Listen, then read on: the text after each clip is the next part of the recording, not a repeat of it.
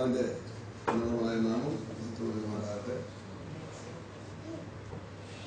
വളരെ സന്തോഷപ്രദവും ഉത്സാഹകരവുമാണ് പ്രിയപ്പെട്ട ഭാഗങ്ങളിലെ സഭയിലെ ഞാനായിരിക്കുന്ന നിമിഷങ്ങൾ.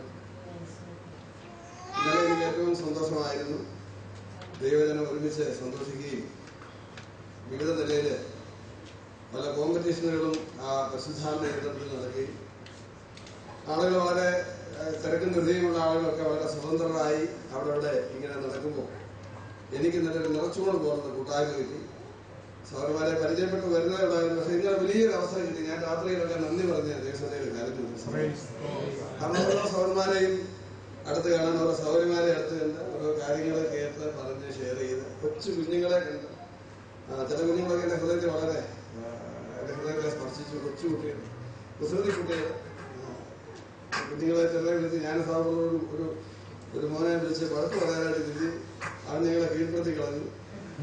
വളരെ സന്തോഷകരമായ ധാരാളം അനുഭവങ്ങൾ. രാത്രി ഞാനിങ്ങനെ കിടക്കുന്ന സമയത്തെല്ലാം ഇതെല്ലാം ഓർത്ത് ദൈവത്തിന് നന്ദി പറഞ്ഞു. ഇതിന് വലിയൊരു അനുഭവങ്ങൾ ഇങ്ങനെയൊക്കെ സ്ഥലത്ത് വരുമ്പോൾ കിട്ടാനില്ല. ഇതിൽ കൂടിയ അനുഭവങ്ങളൊന്നും അനുഭവമില്ല. അങ്ങനെ ആളുകളുടെ വേദന വളരെ ഓർത്ത് പ്രാർത്ഥിക്കാൻ വിചാരിച്ചു. ധാരാളം പ്രാർത്ഥിക്കാൻ കർത്താവ് എന്നെ സഹായിച്ചു എന്ന് പറയാം. ആവശ്യം ചെയ്യുന്ന ചില പ്രിയ കുഞ്ഞുങ്ങളുണ്ട്. അനേക ജീവിത പ്രശ്നങ്ങള്, ഭാരങ്ങളുണ്ട്. ഇതൊക്കെ കർത്താവ് എത്ര നല്ലവനാണെന്ന് ഞാൻ നിങ്ങളോട് ഷെയർ ചെയ്യുകയായിരുന്നു. കർത്താവ് തരുന്ന അനുഭവങ്ങൾ എത്ര ആസ്വാദ്യകരമാണ്. നിറച്ചൂന്ന് പോലെ അതിനേക്കാൾ എത്രയോ അധികമായി ഹൃദയം നിറഞ്ഞ് സന്തോഷത്തോടെ ഇന്നലെ ഉള്ള സമയം ദൈവസന്നിധിയിലായിരുന്നു. ഇന്ന് ഇതേ ദൈവത്തിന്റെ നടുവിൽ വന്ന് ദൈവത്തിന്റെ അരുളപ്പാടുകളും ആലോചനകളും അവിടുത്തെ ആത്മാവിൽ പങ്കുവയ്ക്കുവാൻ വീണ്ടും അവസരം ലഭിച്ചല്ലോ. എനിക്ക് ഇന്നലെ രാത്രിയിൽ പനി പിടിച്ചു.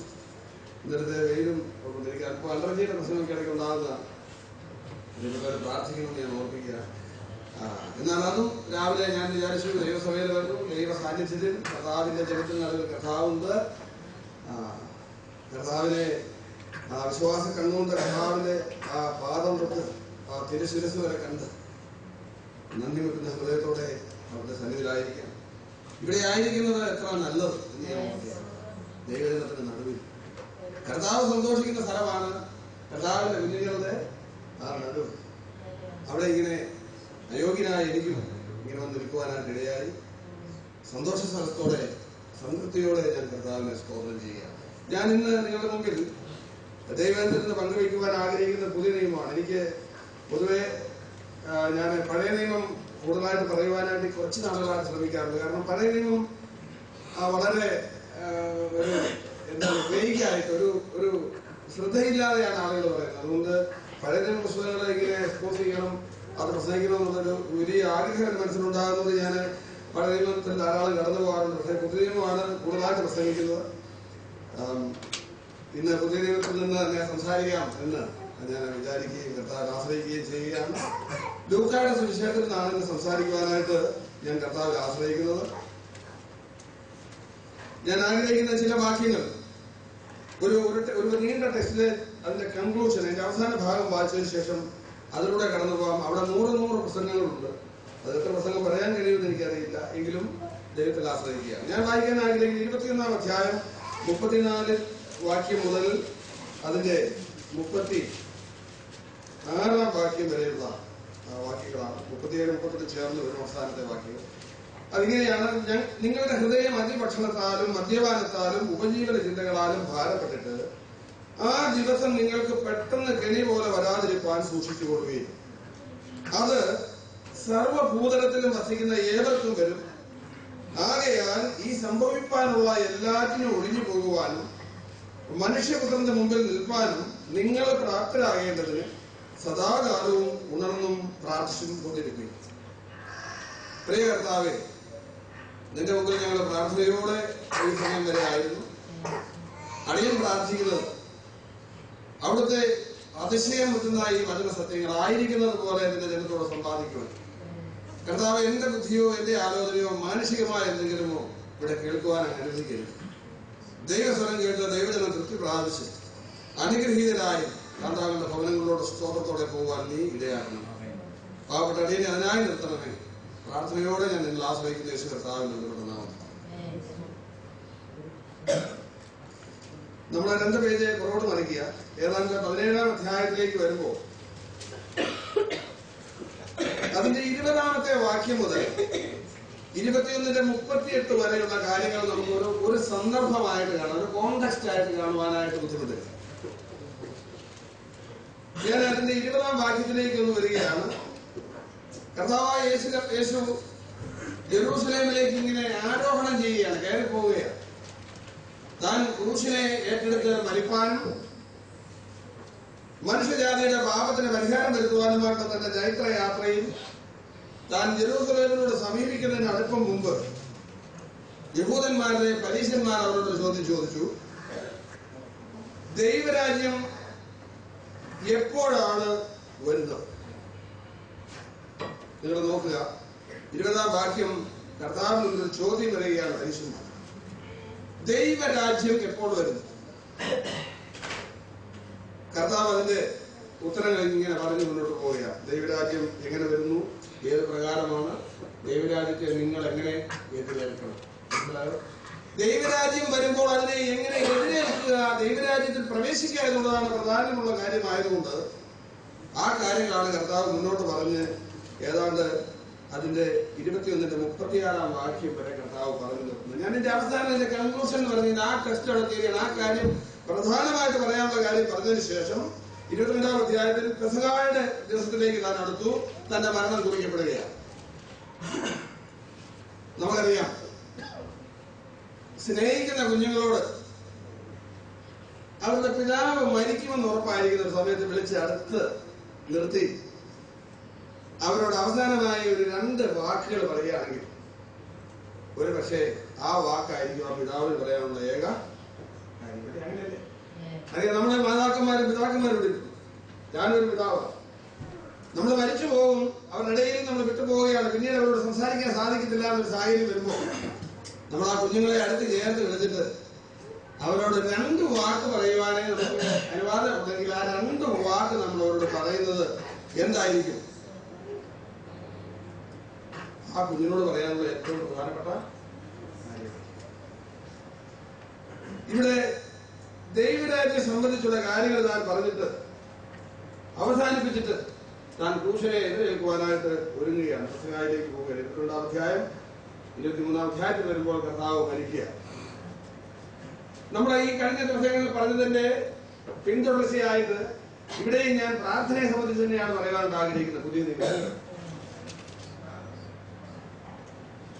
ഇതിന്റെ 36-ാം വാക്യം നമ്മൾ അവസാനമായിട്ട് പറഞ്ഞിരിക്കുന്നത് കൺവെൻഷന്റെ അവസാനം പറഞ്ഞിരിക്കുന്നത് എന്താണ്? ഏറ്റവും അവസാനത്തെ സെന്റൻസ് വായിച്ചാൽ എന്താ? സദാകാലവും ഉണർന്നും പ്രാർത്ഥിച്ചും കൊണ്ടിരിപ്പീൻ. ഇത് പ്രസന്റ് കണ്ടിന്യൂസ് ടെൻസ് ആണ്. തുടർമാനമായി ചെയ്തുകൊണ്ടിരിക്കേണ്ട ഒരു പ്രക്രിയയായിട്ടാണ് ഇവിടെ. നമുക്കറിയാം, ഇതാണ് വാച്ച് ആൻഡ് പ്രേ. നമ്മുടെ നൈറ്റ് വിധിയിൽ എന്നൊക്കെ പറയും. എന്താണ്? ജാഗരണ പ്രാർത്ഥന. ഉണർന്നിരുന്ന് എന്തോ സംഭവിക്കാനായിട്ട് പോകുന്നു, എന്തോ വലിയ കാര്യങ്ങൾ ഇതാ നമ്മുടെ കൺമുമ്പിലേക്ക് ഇങ്ങനെ വരാനായിട്ട് പോവുകയാണ്. അതിനെ അതിജീവിക്കുവാൻ വളരെ പ്രയാസമുള്ളതാണ്, അത് ഭാരം തരുന്നതാണ്. ഇങ്ങനെയുള്ള ഒരു സാഹചര്യമാണെങ്കിൽ നാം എന്താണ് ചെയ്യുക? നാം ആ വരാനുള്ളത് നമുക്കറിയാം. ഇപ്പോൾ ഒരു ആറ്റമിക് ബ്ലാസ്റ്റ് വരാനായിട്ട് പോവുകയാണ്. പാകിസ്ഥാനോ വല്ല ഒരു ഗോറി മിസൈൽ വിടാൻ പോവുകയാണ് ഇന്ത്യയിലോട്ടെന്ന് പറഞ്ഞു. ഞാനിപ്പോൾ ഇന്ത്യയിലല്ല, ഇന്ത്യയിലെ നിലയിലാണ് ഞാൻ സംസാരിച്ചു വന്നത്. അവർ ഗോറി മിസൈൽ അവരയക്കും, അല്ലെങ്കിൽ ഭീകരന്മാരുടെ കയ്യിൽ ന്യൂക്ലിയർ ആയുധങ്ങൾ എത്തി അവരത് വർഷിക്കുവാനായിട്ട് പോകുന്നത് രഹസ്യ റിപ്പോർട്ട് കിട്ടിക്കഴിഞ്ഞാൽ നാം എന്താ ചെയ്യുക? ഏതാനും മിനിറ്റുകൾക്കുള്ളിലോ അല്ലെങ്കിൽ മണിക്കൂറുകൾക്കുള്ളിലോ ബോംബ് വന്ന് വീഴും, ഗോറി മിസൈൽ വന്ന് വീഴും, ഒരു സൂപ്പർ ബ്ലാസ്റ്റ് ഉണ്ടാവും, എല്ലാം തകർന്ന് തളടിയായി പോകുമെന്നൊരു വിചാരം എന്നൊരു കാര്യത്തിലേക്ക് നമ്മൾ വരികയാണ്. നമ്മൾ ഉടനെ എന്നാ ചെയ്യും? ഞാൻ ബഹ്റിനിലേക്ക് ഇവിടെ ആയുധം വരാനായിട്ട് പോവുകയാണ്. അല്ലേ? നമുക്കറിയാം ഇപ്പോഴത്തെ ചില തീവ്രവാദികൾ, അതൊന്നും എനിക്കൊന്നും പറയാൻ പറ്റത്തില്ലല്ലോ, അവരുടെ കയ്യിൽ ഇതുപോലെ ഒരു ആയുധമെത്തി, ഒരു ആറ്റോമിക ആയുധമെത്തി, ഒരു സമാധാനത്തോടെ ജീവിക്കുന്ന പേർഷ്യൻ രാജ്യങ്ങളിലെ ഗൾഫ് രാജ്യങ്ങളുടെ മേലെ അവർ ഇടാനായിട്ട് പോവുകയാണെന്ന് വിചാരിച്ചാൽ നമ്മൾ എന്താണ് ചെയ്യുന്നത്? നമ്മൾ എന്ത് ചെയ്യും? നമ്മളെല്ലാവരും കൂടുമല്ലേ? നമ്മളെല്ലാവരും ഇവിടെ നമുക്ക് കൂടാനുള്ള സ്ഥലം ഇതാണ്, നമ്മളെന്ത് ചെയ്യും? ശരിക്കും പറഞ്ഞാൽ അന്നേരം നടക്കുന്ന പ്രാർത്ഥന എന്ത്? ഇതല്ലാതെ വേറൊരു കാര്യമില്ല. ഓൺലി വൺ ടാർഗറ്റാണ്, ഒരൊറ്റ ഫോക്കസാണ്, ഒരൊറ്റ ലക്ഷ്യമാണ്. വിശപ്പില്ല, ദാഹമില്ല, ശരീരത്തിന് ഭാരമില്ല, സന്ധികളിൽ വേദനയില്ല, പ്രതിസന്ധികളില്ല, മറ്റ് ചിന്താകുലങ്ങളില്ല, വിചാരങ്ങളില്ല. ഒരൊറ്റ സിംഗിൾ ഫോക്കസ്. ഇങ്ങനെ നമുക്കറിയാം, ലെൻസ് പണ്ട് പഞ്ഞിയിലേക്ക് നമ്മൾ പിടിക്കും, അല്ലെ, പഞ്ഞി കത്തിച്ച് കളയാനായിട്ട് ചെറുപ്പകാലം ഇങ്ങനെ പ്രാർത്ഥിക്കുന്ന പ്രാർത്ഥനയ്ക്കാണ് എന്ന് പറയുന്നത് വാച്ച് പ്രയർ, അല്ലേ? ഈ കാര്യമാണ് കർത്താവ് പറയുന്നത്. ഇവിടെ നോക്ക്, വാച്ചിനെ കുറിച്ച് പറഞ്ഞിട്ടാണ് മർക്കോസിന്റെ സുവിശേഷം 13-ാം അധ്യായത്തിലും കർത്താവ് ഇത് പറയുമ്പോൾ എന്താണ് പറയുന്നത്? ദൈവരാജ്യം വലിയ ബോംബ് വരുന്നത് പോലെയല്ല, ദൈവരാജ്യം വെളിപ്പെടുവാനായിട്ട് പോകുന്നു എന്നുള്ളത് വിചാരിച്ചുകൊണ്ട്. അത് 13-ാം അധ്യായത്തിൽ 32-33 വാക്യങ്ങൾ വായിച്ചാൽ നമുക്കത് കാണാനായിട്ട് സാധിക്കും. ഈ സമയം ഏതാണ് എന്നുള്ള ചോദ്യം മുമ്പിൽ കർത്താവ് പറയുകയാണ്.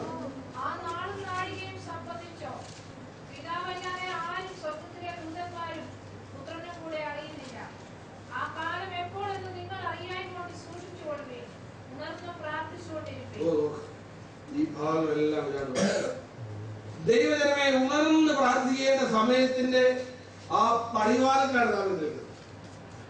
നമുക്ക് ഈ ഉണർവൊന്നും, നമുക്കറിയാം, ഈ നാളും നാഴികയെ സംബന്ധിച്ച് പുത്രന് പോലും അറിയില്ല, ദൂതന്മാർക്ക് പോലും അത് വെളിപ്പെടുത്തി കൊടുത്തിട്ടില്ല എന്ന് പറയുമ്പോൾ പിതാവിന്റെ അധികാരത്തിലും വിചാരണയിൽ വെച്ചിരിക്കുന്നത് കൊണ്ട് നാം ആ പിതാവിന്റെ സന്നിധിയിൽ എത്ര ശ്രദ്ധാലുവായി ഈ വിഷയം വെച്ച് പ്രാർത്ഥിക്കേണ്ടിയിരിക്കുകയാണ്. നമ്മൾ ടെക്സ്റ്റിലേക്ക് തിരികെ വരാം. ഞാൻ പറയുന്നു, ദൈവരാജ്യം വെളിപ്പെടുന്നത് എപ്പോഴാണെന്നുള്ള ചോദ്യത്തിന്റെ ഉത്തരമാണ്. ഞാൻ പല കാര്യങ്ങളും അത് കവർ ചെയ്യാൻ ശ്രമിക്കും, എങ്കിലും എന്റെ ടെക്സ്റ്റിലേക്ക് നിൽക്കണം. അതുകൊണ്ട് 34 മുതൽ 36 വാക്യത്തിൽ കർത്താവ് പറയുകയാണ്, അവസാനമായിട്ട് പറയുകയാണ്, വൈ ഷുഡ് യു പ്രേ? എന്തിന് പ്രാർത്ഥിക്കണം? ഈ ജാഗരണ പ്രാർത്ഥന എന്തിനു വേണ്ടി പ്രാർത്ഥിക്കണം? അവിടെ 2 റീസൺസ് ആണ് പറഞ്ഞിരിക്കുന്നത്. ഈ 2 റീസൺസ് കർത്താവ് അവിടെ പറയുന്നു. ഞാൻ അതിനോട് പറയാം. ആദ്യത്തെ റീസൺ ആയിട്ട് പറയുന്നത് 34-ാമത്തെ വാക്യത്തിൽ കാണാനായിട്ട് സാധിക്കും. മനുഷ്യനെ സംബന്ധിച്ച് അവരുടെ ഹൃദയം എപ്പോഴും തകരാറിലാണ് ഇരിക്കുന്നത്. തകരാറിലാകുന്ന ഒരു ഹൃദയത്തിലാണ് ഒരു വിശ്വാസി അല്ലെങ്കിൽ ഒരു മനുഷ്യൻ, ഒരു ദൈവ പൈതൽ അല്ലെങ്കിൽ ഒരു മനുഷ്യൻ ജീവിക്കുന്നതെന്നാണ് ഇവിടെ കാണിക്കുന്നത്. നോക്കുക, ആ ഹൃദയം എപ്പോൾ വേണമെങ്കിലും തകരാറിലാകാവുന്ന നിലയിൽ, അതിനകത്തൊരു ബ്ലാസ്റ്റ് നടക്കാവുന്ന രീതിയിൽ ഹൃദയത്തിന് ഒരു കേടുപാടുണ്ട്, ഒരു പ്രശ്നമുണ്ടായെന്നുള്ള ആശയമാണ് കർത്താവ് പറയുന്നത്. ആദ്യത്തെ 34-ാം വാക്യത്തിൽ നമുക്ക് കാണാനായിട്ട് സാധിക്കും. എന്തുകൊണ്ടാണ് നാം പ്രാർത്ഥിക്കേണ്ടത്? നമ്മുടെ ഹൃദയം തകരാറിലാണ്. ഇവിടെ കാർഡിയ എന്ന് പറയുന്ന ഗ്രീക്ക് വാക്ക് ആണ് ഹൃദയത്തിൽ ഉപയോഗിച്ചിരിക്കുന്നത്. ലെവർ എന്ന് ഹീബ്രു ഭാഷയിൽ പറയുന്ന വാക്കാണ്. ഇവിടെ ഈ ഹൃദയം എന്ന് ഒരു വേദപുസ്തകം പലപ്പോഴും ഹൃദയത്തെ കുറിച്ച് പറയുമ്പോൾ നമുക്കറിയാം, കാർഡിയോളജിസ്റ്റ് കൈകാര്യം ചെയ്യുന്ന കൈപ്പത്തിയുടെ രൂപത്തിലുള്ള ഒരു വസ്തുവിനെ കുറിച്ചല്ല പലപ്പോഴും പറയുന്നത്. എന്നാൽ ഈ ഭാഗം വായിച്ചാൽ അതിന്റെ ഒരു സൂചന വരുന്നുണ്ട്. ഞാനത് കാണിച്ചത്, തകരാറിലാകുന്ന ഹൃദയം, നമ്മുടെ ഹൃദയം തകരാറിലാണ് എന്നുള്ളതുകൊണ്ടാണ് നാം എന്ത് ചെയ്യുന്നത്? നമുക്കറിയാം, ഈ കഴിഞ്ഞ ദിവസം ഞാൻ ഇതുപോലെ എന്റെ സഭയിലെ വളരെ എൽഡർലി ആയി വളർന്നു വന്നുകൊണ്ടിരിക്കുന്ന ഒരു സഹോദരൻ 3-ാമത്തെ പ്രാവശ്യത്തെ അറ്റാക്കിൽ എത്തി. അദ്ദേഹവുമായി ആശുപത്രി ഇരുന്നതിന് ശേഷമാണ് ഞാനത്. അദ്ദേഹത്തിന്റെ ജീവൻ ഇപ്പോൾ കർത്താവിന്റെ കരയിൽ വെച്ച് ഭദ്രമായിട്ടിരിക്കുന്നു. ഈ ഒരു വിഷയം അറിയില്ല.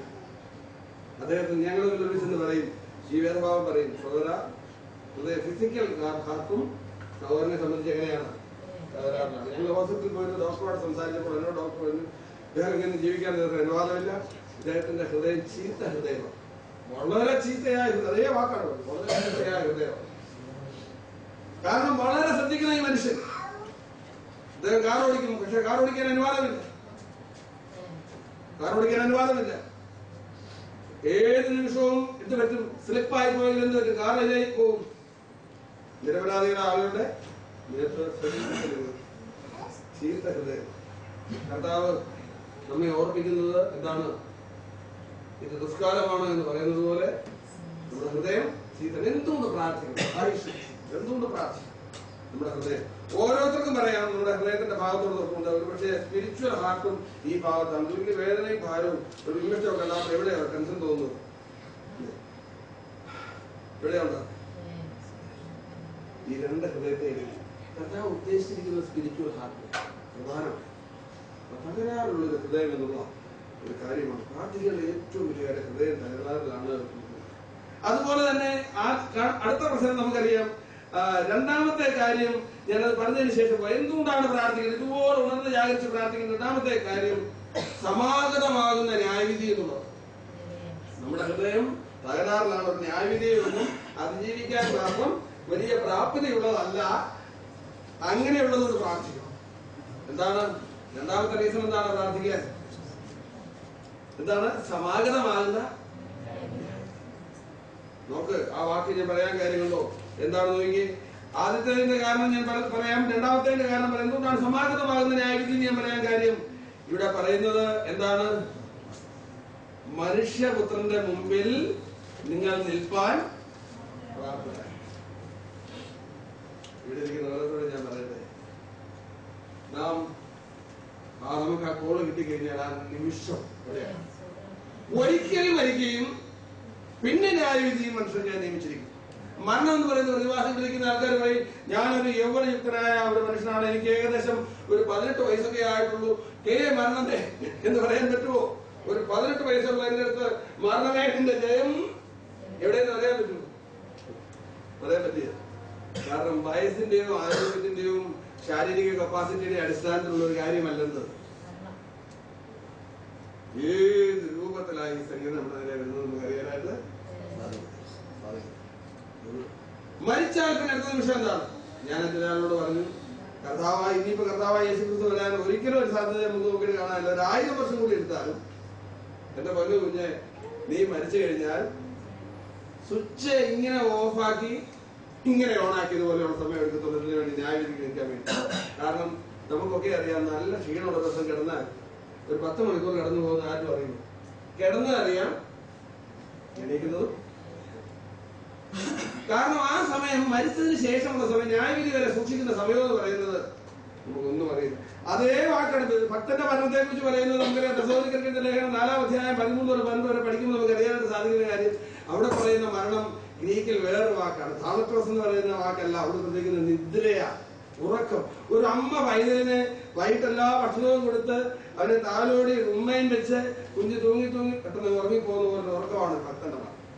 മരിച്ചാൽ പിന്നെ അടുത്ത സ്ഥലം എന്താണ്? കിടന്നറിയാം. 1000 വർഷം കർത്താവിന്റെ ദൃഷ്ടിയിൽ ഒരു നിമിഷം പോലെ മാത്രമേ ഭക്തന്റെ മരണം കഴിഞ്ഞ ആയിരിക്കും. അതുകൊണ്ട് മരിച്ചു കഴിഞ്ഞാൽ അന്നേരം ഓർത്തു എവിടെ പോയാൽ നിൽക്കുന്നത്? ന്യായാസനത്തിന് മുമ്പിൽ, യേശുവിന്റെ ബേമാസി. ശിക്ഷിക്കുന്ന സ്ഥലമല്ല, പിന്നെന്താ? ഭക്തന്റെ ന്യായവിധി ശിക്ഷിക്കാം.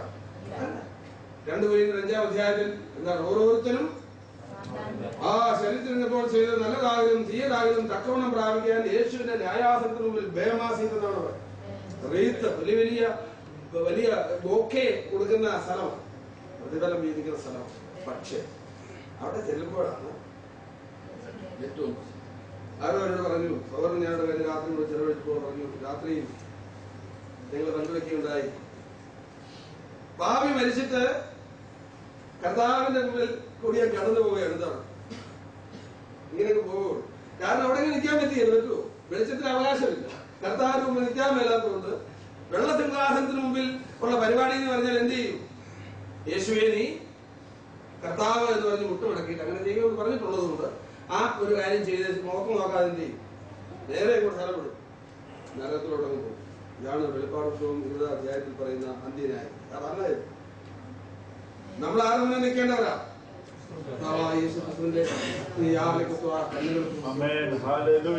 ഒരുത്തൻ ശരീരത്തിൽ ഇരുന്നപ്പോൾ ചെയ്തത് നല്ലതാകിലും തീയതാകിലും തക്കവണ്ണം പ്രാപിക്കേണ്ടത് ഇങ്ങനെ ഒരുക്കി വെച്ചിരിക്കുക.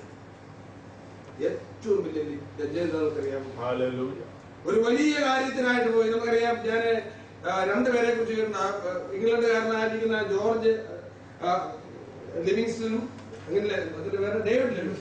ഡേവിഡ് ലിവിങ്സ്റ്റണും അദ്ദേഹത്തിന്റെ കൂട്ടത്തിൽ വേറൊരാൾ, 2 പേരും മെഡിക്കൽ കോളേജിൽ അന്നത്തെ FRCs ആയിരിക്കാം. അത് കഴിഞ്ഞിട്ട് മെഡിക്കൽ വിദ്യാഭ്യാസം കഴിഞ്ഞിട്ട് സുവിശേഷ വേലയ്ക്കായിട്ട് സമർപ്പിക്കപ്പെട്ടു പോകാൻ തീരുമാനിച്ചത്. ആഫ്രിക്കയിൽ പോകണമെന്ന് ഡേവിഡ് തീരുമാനിച്ചു. മറ്റേ കൂട്ടുകാരനും ആഫ്രിക്കയിൽ പോകണം. സമയമായപ്പോ ഇപ്പൊ കർത്താവ് പറയാൻ പോകുന്ന നോക്കി, എന്താണ്?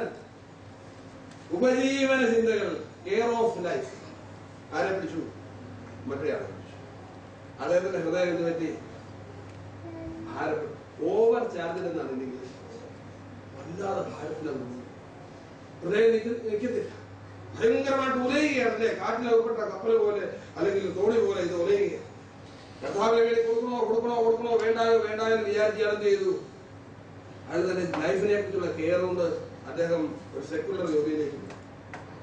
അവിടെ മദ്യപാനവും ഉപജീവന ചിന്തകളും ഇവിടെ പറഞ്ഞിരിക്കുന്ന ജീവിത രീതിയൊക്കെ ജീവിച്ച് അതിഭക്ഷണം അല്ലേ, ഒരു സർഫീറ്റിംഗ്, ഇതാണ് ഒരു പ്രത്യേക നിലയിലുള്ള ഒരു ആസക്തമായ ഒരു ജീവിതം, ഒരു മതോന്മത്തത എന്നൊക്കെയുള്ള ആശയപാടുകൾ പറയുന്നത്. ആ രീതിയിലൊക്കെ ഈ ലോകം നിന്ന് ഭവിച്ചിട്ട് ജീവിച്ചു. ഇതിനുശേഷം ഡേവിഡ് പോയി ആഫ്രിക്കയിലേക്ക്. അവിടെ പോയി അവിടെ ആളുകളെ തിന്നുന്ന തരത്തിൽപ്പെട്ട മനുഷ്യരെ പോയി ധാരാളം ഉപദ്രവം തിന്നില്ലേതാ കർത്താവിനെ ഒരു പ്രാകൃതനെ പോലെ അവരുടെ ജീവിച്ച് അവരുടെ ആത്മാക്കളെ നിശ്ചിതയ്ക്കായി നേടിയെടുത്ത് ഞാനിങ്ങനെ തിരികെ വന്ന കഥ നിങ്ങൾക്കറിയാം. ഞാൻ പറഞ്ഞ സമയത്ത് വന്ന സമയത്തും വലിയ വേദനയായിരുന്നു. അദ്ദേഹം രോഗാതുരനായി മരണാസന്നായി താൻ തിരികെ വരുന്ന സമയത്ത് ബ്രിട്ടീഷുകാരുടെ കപ്പലും അവരുടെ അകമ്പടി പട്ടാളവും ഇങ്ങനെ എതിരേൽക്കാൻ എത്തിയ അദ്ദേഹം ഇങ്ങനെ കരയിലോട്ട് ഇറങ്ങിയപ്പോ വലിയ ബാൻഡ് സെറ്റും ഒക്കെ ആയിട്ട്, ബാൻഡും അത് പ്രത്യേക വേഷവിധാനം ധരിച്ച പെൺകുട്ടികളും ഒക്കെ ആയിട്ട് സ്വീകരിക്കാൻ വന്നു. ഇദ്ദേഹം ഒരു അല്പം ചെളിഞ്ഞു, സന്തോഷിച്ചു. കാരണം കർത്താവ് എത്ര വലിയ സ്വീകരണമാണ് എനിക്ക് ഒരുക്കിയിരിക്കുന്നതിനോട്ട് ഇറങ്ങി. കയ്യിലിരിക്കുന്ന മാല ഇദ്ദേഹം അടുത്ത് വന്നിട്ട് ആരും കഴുതോട്ടെടുത്തിട്ട് ഇദ്ദേഹത്തെ ആരും നോക്കുന്നില്ല. അദ്ദേഹം ഓർത്തു എന്താ. അദ്ദേഹം തിരിഞ്ഞു നോക്കിയപ്പോൾ വലിയ ഒരു ആരോഗ്യപ്രകാരമായ ഒരു മനുഷ്യൻ, മുഖത്തെല്ലാം ഒത്തിരി വെടിക്കലയും ശരീരത്തൊക്കെ ചെറിയ ഉണങ്ങിയ മുറിവുകളുടെ പാടും ഒക്കെ വലിയ മനുഷ്യൻ തോക്കും ഒക്കെ പിടിച്ചോട്ട് വരിക. അദ്ദേഹത്തിന്റെ അടുത്ത് വന്ന് മാലയിട്ടു. എല്ലാവരും വണങ്ങി അദ്ദേഹത്തെ ആലോചിച്ചോണ്ട് ആരോട് സ്വീകരിക്കാനില്ലാതെ ഇദ്ദേഹം ശൈലികളിങ്ങനെ ഞെരുങ്ങിപ്പോവുക. അയാള് രാജ്ഞി ആഫ്രിക്കൻ കോളനിയിൽ മൃഗശല്യം കാരണം തങ്ങൾക്ക് ഉപദ്രവം വന്നതിന്റെ പേരിൽ വലിയ പേരെടുത്ത് ഒരു വെടിക്കാരനെ അയച്ചിരുന്നു. അദ്ദേഹത്തെ തിരികെ സ്വീകരിക്കാനായിട്ടായിരുന്നു ആ ബാൻഡും സെറ്റും പരിപാടി.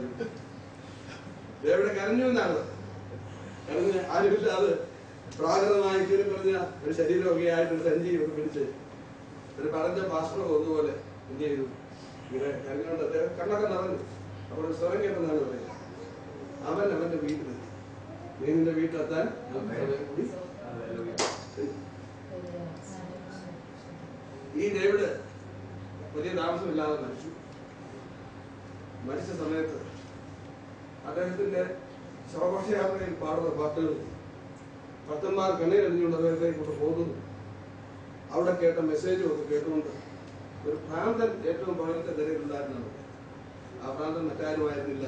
ആരാണ്? അന്ന് സമർപ്പിച്ചിട്ട് ലോകത്തെ സ്നേഹിച്ച് തിരികെ കൂടെ ആ മനുഷ്യൻ. ഉപജീവന ചിന്തകൾ, ഈ ലോകത്തെ കുറിച്ചുള്ള ശ്രമം, അദ്ദേഹം പകർന്ന നെഞ്ചത്തടിച്ചോടെല്ലാം കഴിഞ്ഞു. ഒരു ജീവിതം കർത്താവിന് വേണ്ടി ഓടി അവസാനിച്ചു. തന്റെ അവസാന നിമിഷങ്ങളിൽ സംതൃപ്തിയോടെ കർത്താവിന്റെ അടുത്തേക്ക് ഡേവിഡ് പോയപ്പോൾ ലോകത്തെ സ്നേഹിച്ചെന്ന് പറ്റി അവന്റെ ഹൃദയത്തിൽ നിന്നയും നിരാശയും. പ്രിയപ്പെട്ടവരെ, ഞാൻ പറയട്ടെ, നമ്മുടെ ഹൃദയത്തെ നാം വളരെ ശ്രദ്ധിക്കും. അതിനുള്ള ഉപകരണമാണ് ഇന്ന് ഞാൻ പറയുന്ന പ്രാർത്ഥന. നമ്മൾ വളരെ വഞ്ചനാത്മകമായ നിലയിലാണ് ജീവിക്കുന്നത്. നിങ്ങൾ വായിച്ചു നോക്ക്. ഞാൻ പറഞ്ഞു, ആദ്യത്തെ തകരാറിലാകുന്ന ഹൃദയമാണ് നമ്മുടെ. കർത്താവ് നമ്മളെ ഓർപ്പിച്ചു, കുഞ്ഞുങ്ങളെ നിങ്ങൾ ഇങ്ങനെ ജീവിക്കരുത്, ഉത്തരവാദിത്തരഹിതമായിട്ട് ജീവിക്കരുത്, നിങ്ങളെ തിന്നും കുടിച്ചും നട്ടും പണതും ജീവിക്കരുത്. നമുക്ക് അറിയാനായിട്ട് സാധിക്കും.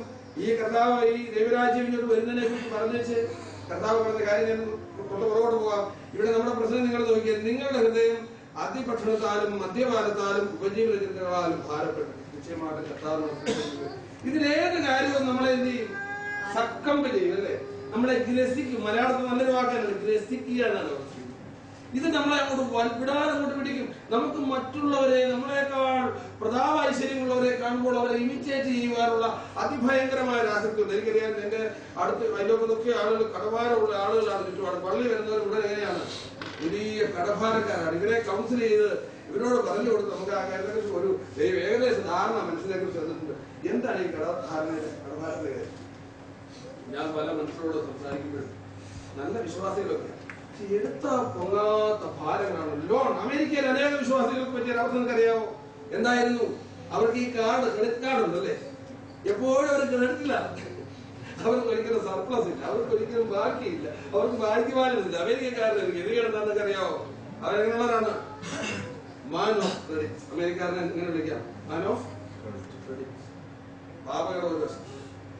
സാമ്പത്തിക കടം വേറൊരു.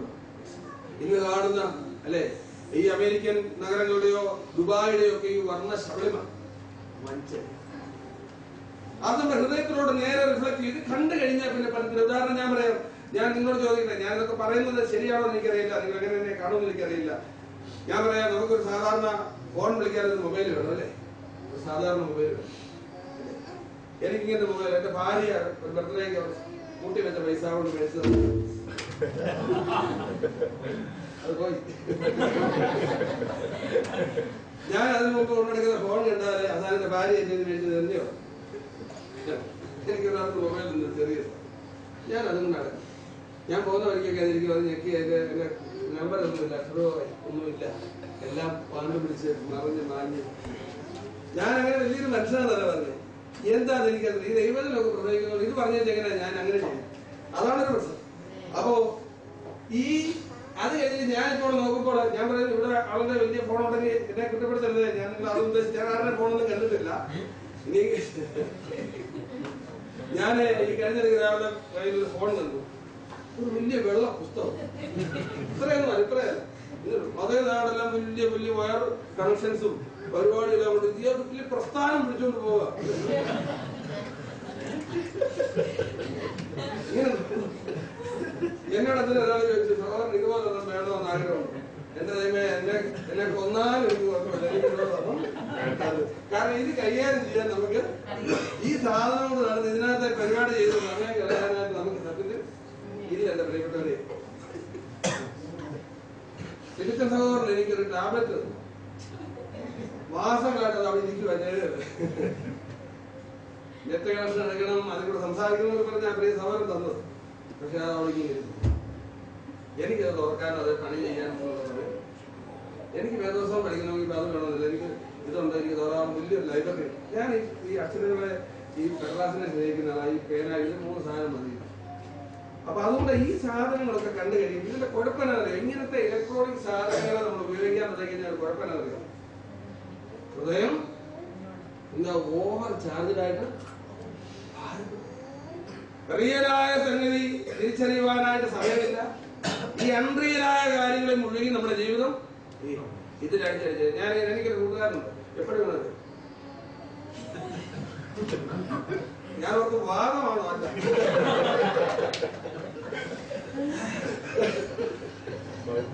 ഇരിപ്പുണ്ട്. ഞാൻ ചോദിച്ചു, തമാശ ഇതൊന്നും ഇത് പിടിക്കാൻ പോലുള്ള ആരോഗ്യമില്ല, ഇങ്ങനെ വിറക്കുന്നത്. ഞാൻ ഈ കഴിഞ്ഞ ദിവസം മസ്കറ്റിൽ നിന്നൊരു പെണ്ണ് ചെറുക്കനും മതി. ഞാൻ അവരെ കല്യാണം നിർത്തിയത്, അവരുടെ കൗൺസിൽ ചെയ്തവരെ കെട്ടിച്ചുവിട്ടു. ഒരു കൊച്ചായി കഴിഞ്ഞപ്പോൾ വലിയ പ്രശ്നം. വീട്ടിൽ കൗൺസിലിംഗ് ഒരു ദിവസം അതുപോലെ കഴിഞ്ഞ 2 മാസം മുമ്പ് വീട്ടിൽ കൗൺസിലിംഗിന് വന്ന് രാവിലെ വരെ വൈകുന്നേരം വരെ പാവം പെങ്കച്ച അവൾ എന്നോട് പറഞ്ഞു, അവളെ നേഴ്സാണ്, പിന്നെ ജോലി പോലും വീട്ടിനെ കുറിച്ച് ഒരു ഉത്തരവാദിത്തം നോക്കിയിരിക്കുന്നു മാത്രമേ. ഇവനോട് പറഞ്ഞു, അച്ഛാ എന്റെ വിഷമം വേണ്ട, ഞാൻ ജോലി ചെയ്ത് അവർക്ക് 2 ലക്ഷം രൂപയ്ക്ക് വേണ്ടി ശമ്പളമാണ്, ഞാൻ ജോലി ചെയ്ത് എല്ലാം ഉണ്ടാക്കിയൊക്കെ കൊടുക്കും, ഒരു പ്രശ്നവുമില്ല. അവന്റെ വീട്ടിൽ വരെ ഒരു കാർ വരെ മേടിച്ചു കൊടുത്തു, റോട്ടോ കാർ വരെ മേടിച്ചു കൊടുത്തു. പെണ്ണ് അപ്പനും അമ്മയും പള്ളിയിലൊക്കെ പോകണമെന്ന് വിചാരിച്ചു. പക്ഷെ ഇവർ ജോലി ഇല്ലാതെ എനിക്ക് വലിയ പ്രയാസം, ജോലിക്ക് ശ്രമിക്കുന്നില്ല, അതും ഞാൻ ക്ഷമിക്കാം. വന്നു കഴിഞ്ഞാൽ എന്നായി പരിപാടി, ഞാൻ വന്നു കഴിയുമ്പോൾ എന്നായി പരിപാടി.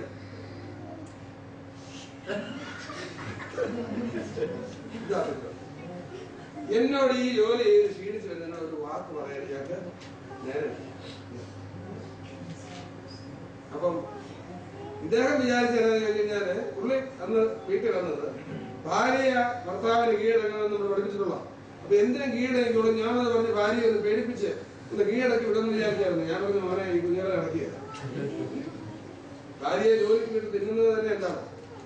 ഞാനിവിടെ പറയുമ്പോൾ നിങ്ങളായിട്ടിരിക്കില്ല, അങ്ങനെയുള്ളൊരു ചില സമയത്ത് നമ്മൾ ഭാര്യ ജോലിക്കും പറയാത്ത വേറെ കാര്യം. പക്ഷെ ദൈവത്തിന്റെ പ്രമാണപ്രകാരം ആരാ സഹോദരൻ ജോലി ചെയ്യുന്നത്? അതിന് പ്രമാണത്തിന് മാറ്റം വരുത്തുമ്പോൾ നിങ്ങൾക്ക് എനിക്കോ ചെയ്യാൻ കഴിയുന്നില്ല, അത് പെർമിസീവ് ഇല്ലാത്ത ദൈവം അംഗീകരിച്ചേക്കും. പക്ഷെ ആരാ ജോലി ചെയ്യുന്നത്? അവയോടല്ല പറഞ്ഞ രീതിന്റെ നെറ്റിയിലെ വേർപ്പുണ്ട്. ഇവൻ ജോലി ചെയ്യണ്ട, ജോലി ചെയ്തുകൊണ്ടിരുന്ന ഭാര്യയുടെ സ്നേഹത്തിലായിരുന്നു. മോളെ എങ്ങനെയൊക്കെ ഉണ്ടായിരുന്നു, പ്രയാസമൊക്കെ ആയിരുന്നോ, വിഷമമൊക്കെ ആയിരുന്നു, എങ്ങനെയുണ്ടായിരുന്നു, ഞാനൊരു ചായ ഇട്ട് കൊണ്ട് തരാം. അവള് വന്നു കഴിഞ്ഞ് ഇയാൾക്ക് ചായ ഇട്ട് കൊടുത്തു. അന്ന് ഞാൻ ശരിക്കും നീ മേലെ ചെയ്യാത്ത രീതിയിൽ പറഞ്ഞു വിട്ടു. എന്നോട് വേണമെങ്കിൽ പോയി മുക്കോട്ട് പക്ഷെ പിന്നീട് ഓർക്കുമ്പോൾ എന്ത് ചെയ്യും? കാര്യം ചെയ്തോളൂ. അപ്പൊ ഞാൻ പറഞ്ഞിട്ട് സാരം ഇതാണ്, ഈ ലോകം വളരെ വഞ്ചന നല്ലതാണ്. കർത്താവ് നമ്മളെ ഓർമ്മിക്കണം, കുഞ്ഞുങ്ങളെ ഇതിൽ നിന്നൊക്കെ എന്ത് ചെയ്യണം? തെറ്റിയൊഴിയാൻ വേണ്ടി എന്ത് ചെയ്യണം? ഈ പ്രശ്നം പരിഹരിക്കാനായിട്ട് എന്താണ് വഴി? ഈ ഹൃദയത്തിന്റെ ഈ ഓവർ ചാർജിങ്, ഈ വലിയ പ്രതിസന്ധി, ഭാരപ്പെട്ടു പോകുന്ന റിയലായത് കാണാൻ കഴിവില്ലാതെ അൺറിയലായ കാര്യങ്ങളെ ഒടുങ്ങി ജീവിക്കുന്ന ജീവിതത്തിൽ നിന്ന് എന്നെ രക്ഷിക്കണമേ എന്ന് എന്ത് ചെയ്യണം? പ്രാർത്ഥിക്കുന്ന പ്രാർത്ഥനയെക്കുറിച്ച് പറയുന്ന പ്രസംഗങ്ങൾ തുടർവർത്തമാന കാലം അത് നിർത്താൻ പാടില്ല. അത് രാത്രി പോയാലും ലോകത്തിലെ വല്ലാത്ത ബാധ. ചില ഭൂതത്തെ ഇറങ്ങുന്നവരില്ലേ, ഒരു ചില്ലറക്കാർക്കൊന്നും പറ്റിയെന്ന് പറയുന്നവർ ഇതൊക്കെയാണ്. ഇതാണ് ഭൂതം. ഈ ലോകത്തോടുള്ള ആസക്തി. വേറെ ഭൂതങ്ങളൊന്നും ഞാൻ ഏതാ ഭൂതം? ഈ തരം ലോകത്തോടുള്ള ഈ ആസക്തിയാണ്. നിങ്ങൾ നോക്ക്, ഇതിനു വേണ്ടി പ്രാർത്ഥിക്കുക. പഴയ ടെക്സ്റ്റിലേക്ക് തന്നെ പറയുന്നത് 17-ാം അധ്യായത്തിൽ ദൈവരാജ്യം വരികയാണ്. ഒരു പക്ഷേ എനിക്ക് ഈ പ്രസംഗത്തിൽ ദൈവരാജ്യത്തെ കുറിച്ച് പൂർണ്ണമായിട്ട് പറയാൻ കഴിയില്ലെങ്കിലും ഞാൻ കർത്താവ് ഓർപ്പിച്ച അവസാനത്തെ 2 കാര്യങ്ങൾ ഓർപ്പിച്ചുകൊണ്ടേയിരിക്കും. അത് ഞാൻ ശ്രമിക്കാം. നമ്മള് വരുമ്പോ അതിന്റെ 17-ാം അധ്യായത്തിൽ നിങ്ങൾ 2 തലമുറ നഷ്ടപ്പെട്ടു പോയെങ്ങനെ? അത് ഉദാഹരണം പറഞ്ഞുകൊണ്ട് കർത്താവ് പറഞ്ഞു. നോക്കിയേ, ദൈവരാജ്യം വരുന്നതിനെ കുറിച്ച് കർത്താവ് പറയുമ്പോൾ കർത്താവ് പറഞ്ഞു, ആക്ഷരികമായിട്ടും ആത്മീകമായിട്ടും ഒക്കെ ദൈവരാജ്യത്തെ കുറിച്ച് പറഞ്ഞു പോകുന്നുണ്ട്. അവസാനം ചില മനസ്സിലാവും ദൈവരാജ്യം എന്ന് പറഞ്ഞാൽ എന്താണ് പൂർണ്ണതയെന്ന്.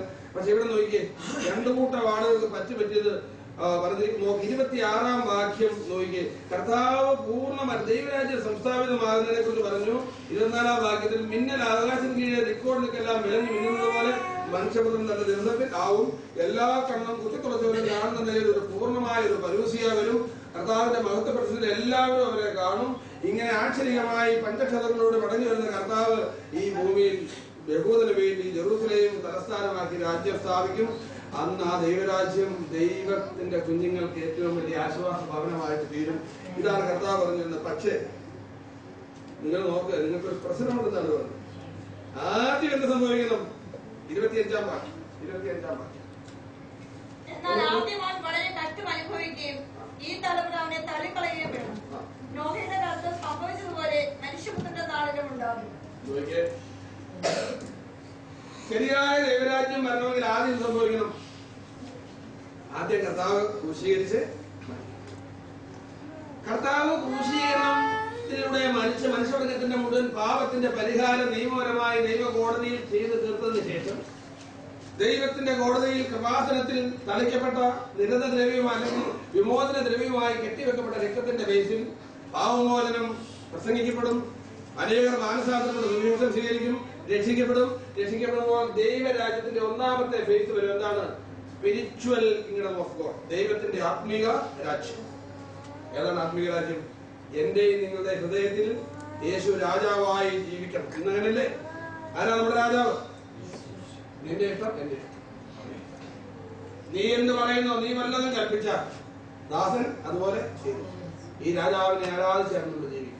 ഇതാണ് ആത്മീക ദൈവരാജ്യം. അതാണ് പറഞ്ഞത്, നിങ്ങളുടെ ഇടയിലുണ്ട് കാണത്തക്കവണ്ണം തിരിച്ചു. എന്നാൽ പൂർണ്ണമായ ദൈവരാജ്യം വരുന്നതിനെ കുറിച്ച് നമ്മൾ മുന്നോട്ട് മനസ്സിലാക്കും. ദൈവരാജ്യം കൃത്യതയോടുകൂടി യഹൂദന് വേണ്ടി സംസ്ഥാപിതമാകും. പക്ഷേ ഈ രാജ്യത്തിൽ കടക്കുക എന്ന് പറയുന്നത് അത്ര നിസ്സാരമായ കാര്യം അല്ല എന്നാണ് കർത്താവ് തുടർന്നുള്ള അനേക ഉപമകൾ കൂടിയൊക്കെ പറഞ്ഞാണ് ഈ അവസാനത്തെ നമ്മൾ പഠിക്കുന്ന ടെക്സ്റ്റിൽ എത്തിയിരിക്കുന്നത്. നിങ്ങൾക്ക് നോക്കാം, അതിന് മുമ്പ് ഞാൻ പറയുന്നത് ഈ ഹൃദയം എത്ര അപകടകാരിയാണ് എന്ന് അറിയിക്കുവാൻ 2 ഉദാഹരണം കർത്താവ് പറഞ്ഞേക്കെന്ന് നോക്കിയേ. എന്താണ് നോക്ക്, 26-ാം വാക്യത്തിൽ തൊട്ട് മുന്നോട്ടാണ് പറയുന്നത്. നോഹയുടെ കാലത്ത് സംഭവിച്ചതുപോലെ മനുഷ്യപുത്രന്റെ നാളിലും.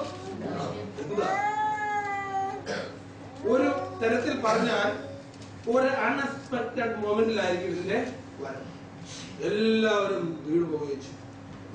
കെണി താവട്ടെ പറഞ്ഞല്ലോ, എങ്ങനെയാണ് വരുന്നത്? ഒരു കെണി പോലെ ആ ദിവസം നിന്റെ മേൽ പതിക്കരുത്. നമ്മുടെ ടെക്സ്റ്റിന്റെ 2-ാം ഭാഗത്തേക്ക് നോക്കുമ്പോൾ നിങ്ങൾക്ക് കാണാൻ സാധിക്കും. 34-ാം വാക്യത്തിൽ ഒരു കെണി പോലെ ആയിരിക്കും ആ ദിവസം വരുന്നത്. ഏതെങ്കിലും മനുഷ്യരെ ഒരു ജീവിക്ക് മനസ്സിലാകുന്ന രീതിയിൽ കെണി വെക്കും. നമുക്ക് ഞങ്ങളുടെയൊക്കെ നാട്ടിലെ അല്ല, നിങ്ങളുടെ നമ്മുടെ നാട്ടിൽ നമ്മുടെ നാട്ടിൽ എങ്ങനെയാണ്? പണ്ട് നമ്മുടെ പന്നിയേരിയിലുണ്ട് സാധനമുണ്ട്, കപ്പയിട്ട മാന്തി തിന്നും. അതിനെ പിടിക്കാനായിട്ട് 2 സൈഡിൽ മേലിയൊക്കെ ഇട്ടിട്ട് മണ്ടയ്ക്ക് ഒരു പലക പ്രത്യേക രീതിയിൽ അറിയാവോ കളിച്ചു മണ്ടയ്ക്ക് ഉള്ളിലുണ്ട്. എലി നോക്കുമ്പോൾ കമ്പിന്റെ അടുത്ത് അന്നത്തെ സപ്പർ ഇരിക്കുകയാണ്, എത്താണോ നല്ല മണം വെക്കുവാനോ ഏറ്റവും നല്ലതേ കൊടുക്കുള്ളൂ. കാരണം അവസാനം എത്താണല്ലേ. ഇതവിടെ ഇരിക്കുക. എലി വളരെ സ്മാർട്ടായിട്ട് ഇങ്ങോട്ട് വന്നത് ചെയ്യും. അന്ന് കയറി പിടിക്കുന്ന പോലും അറിയാം എന്ത് പറ്റും. അട്ട പോലെ ചിന്തിക്കാനുള്ള സമയം നമ്മൾ എടുത്തു കഴിഞ്ഞാൽ ഇത് വട്ടയപ്പം പരത്തി വെച്ചേക്കുന്നത്. ഇത് തന്നെയാണ് ഹൃദയം സൂക്ഷിക്കാത്ത വിശ്വാസിക്ക്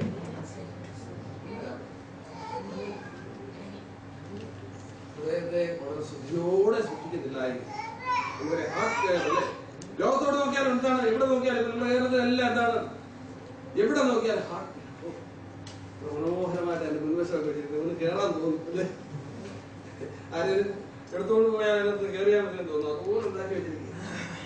പ്രിയപ്പെട്ടവരെ, ഇവിടെ കർത്താവ് 2 തലമുറ എണീക്കും. ഒന്ന്, നോഹയുടെ കാലത്തുണ്ടായിരുന്ന ജനറേഷൻ. നമ്മളെ പോലെ തന്നെ ഒരുപക്ഷെ ഞാൻ വിചാരിക്കുന്ന കപ്പലൊക്കെ ഉണ്ടാക്കിയ കാലമാണ് അല്ലേ. ഇന്നത്തെ കപ്പലും അന്നത്തെ കപ്പലും ഒരു വ്യത്യാസം. അളവോടൊക്കെ പറയുന്നത് എങ്ങനെയാണ്, ഈ മറൈൻ എഞ്ചിനീയറിംഗ് അറിയാവുന്ന പിള്ളേർ പറയും, ഉൽപ്പത്തി പുസ്തകം 6, 7 ഒക്കെ വായിച്ചിട്ട് അവരിങ്ങനെ കണ്ണു തട്ടും.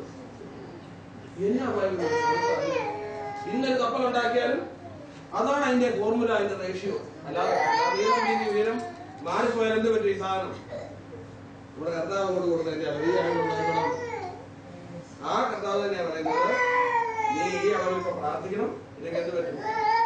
അന്ന് കപ്പലുണ്ടാക്കിയ സമയത്ത് ഒരുത്തരം കയറിയിൽ എന്ത് പറ്റി? അവരെന്ത് കാര്യങ്ങൾ ഒഴിയും നിങ്ങൾ നോക്കി ഒന്ന് വായിച്ച് 27-ാം വാക്യം. അതുകൊണ്ട് ഹൃദയം സൂക്ഷിക്കണമെന്ന് ഞാൻ പറയുന്ന കാര്യം. അവരെന്ത് ചെയ്തു?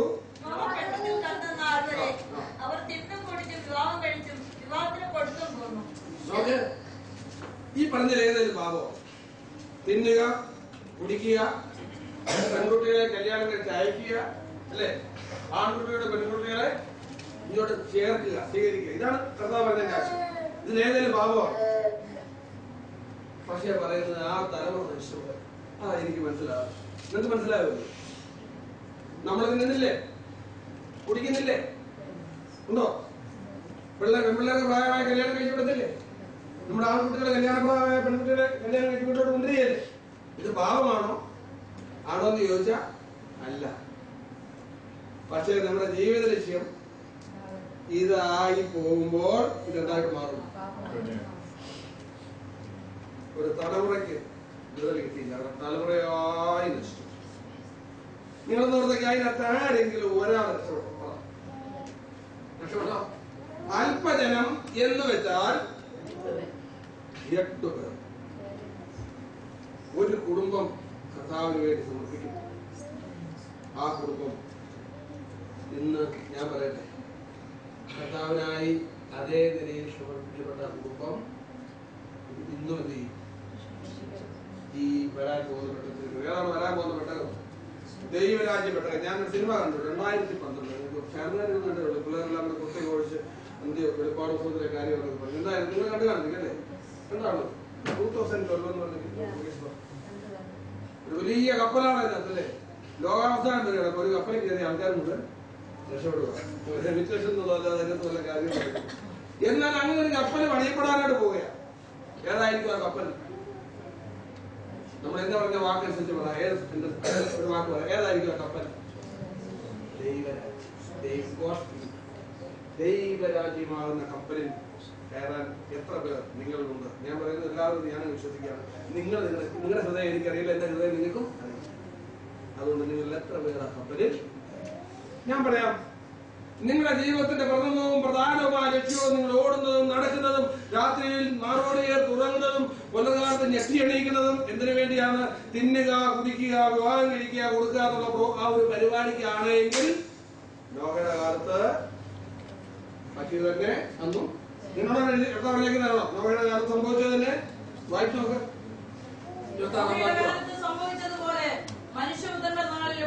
അതായത് മനുഷ്യപുത്രൻ ദൈവരാജ്യം സംസ്ഥാപിക്കാനായിട്ട് വരുമ്പോൾ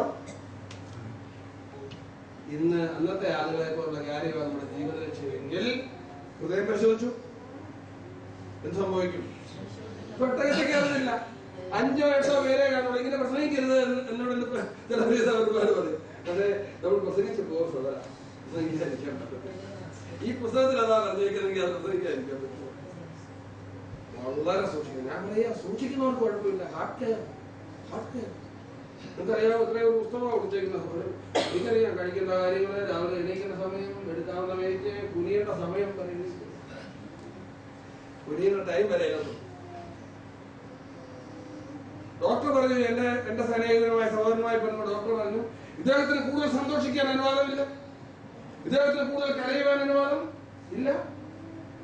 എന്തോ ഒരു ജീവിതം. ചിരിക്കാനും അനുവാദമില്ല. ഡോക്ടർമാരെങ്ങനെയാണ് പറയുന്നത്. പക്ഷെ ആ ഗതികളിലാകുന്നതിന് മുമ്പ് അത്രയും വരാതെ നമുക്ക് തന്നെ നമ്മുടെ ഹൃദയം സൂക്ഷിക്കാൻ പറ്റും. അതിനുള്ള വഴിയാണ് നമ്മൾ പഠിക്കുന്നത്. എന്തായാലും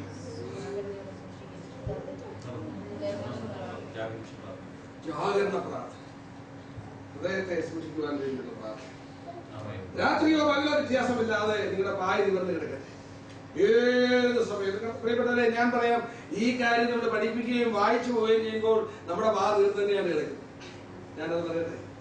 ഇത് പറയുന്നത് നിങ്ങളോട് ഞാൻ പ്രാർത്ഥിക്കുന്ന ആളാന്ന് പറഞ്ഞൊരു സർട്ടിഫിക്കറ്റ് അല്ല. എനിക്ക് അങ്ങനെ നിങ്ങളുടെ സർട്ടിഫിക്കറ്റിനെ കുറിച്ച് ആ നില സർട്ടിഫിക്കറ്റ് കിട്ടുന്ന ഒരു പ്രയോജനം ഉണ്ടാകുന്ന ഞാൻ കഴിച്ചു പോകും. നേരെ വെച്ച് ദൈവത്തിന്റെ കാരണം ഞാൻ അങ്ങനെ പറയുകയാണെങ്കിൽ എന്റെ അർത്ഥം അങ്ങനെ ചെയ്യണമേ എന്ന് ഓർപ്പിക്കാം. എനിക്കത് പനിയായിരുന്നു. 2 മണിയായപ്പോൾ എനിക്ക് ഉറക്കം തരില്ല. ഉറക്കം തരികയില്ല. കാരണം കർത്താവ് പറഞ്ഞ് ഉറക്കൊഴിഞ്ഞ് ഞാൻ പായില്ലായിരുന്നു. ഇവിടെ കൊണ്ടൊന്നും ഇറക്കിയില്ല. ഞാൻ അടുത്ത് പുറത്ത് പോയിരുന്നു. ഈ ഉറങ്ങുന്ന പോലെ ശല്യപ്പെടുത്താതെ ഞാൻ നിലവിളിച്ചും കാര്യങ്ങളും പ്രാർത്ഥിച്ചുകൊണ്ടിരിക്കും. കാരണം ഒരു സെക്കൻഡ് ചാൻസ് ഇല്ല. കാരണം എലിപ്പെട്ടിക്കകത്ത് വീഴാതിരിക്കാൻ ഒരു ചാൻസ് കൂടെ അതിൽ ചോദിച്ചാൽ കിട്ടുമോ? കർത്താവ് പറഞ്ഞ കെണി പോലെ തന്നെ ഞാൻ പറഞ്ഞ വാക്കാണോ? നമ്മുടെ ടെക്സ്റ്റിലെ ഒരു ടേമാണ് ഞാൻ പറഞ്ഞത്. എന്താണത്?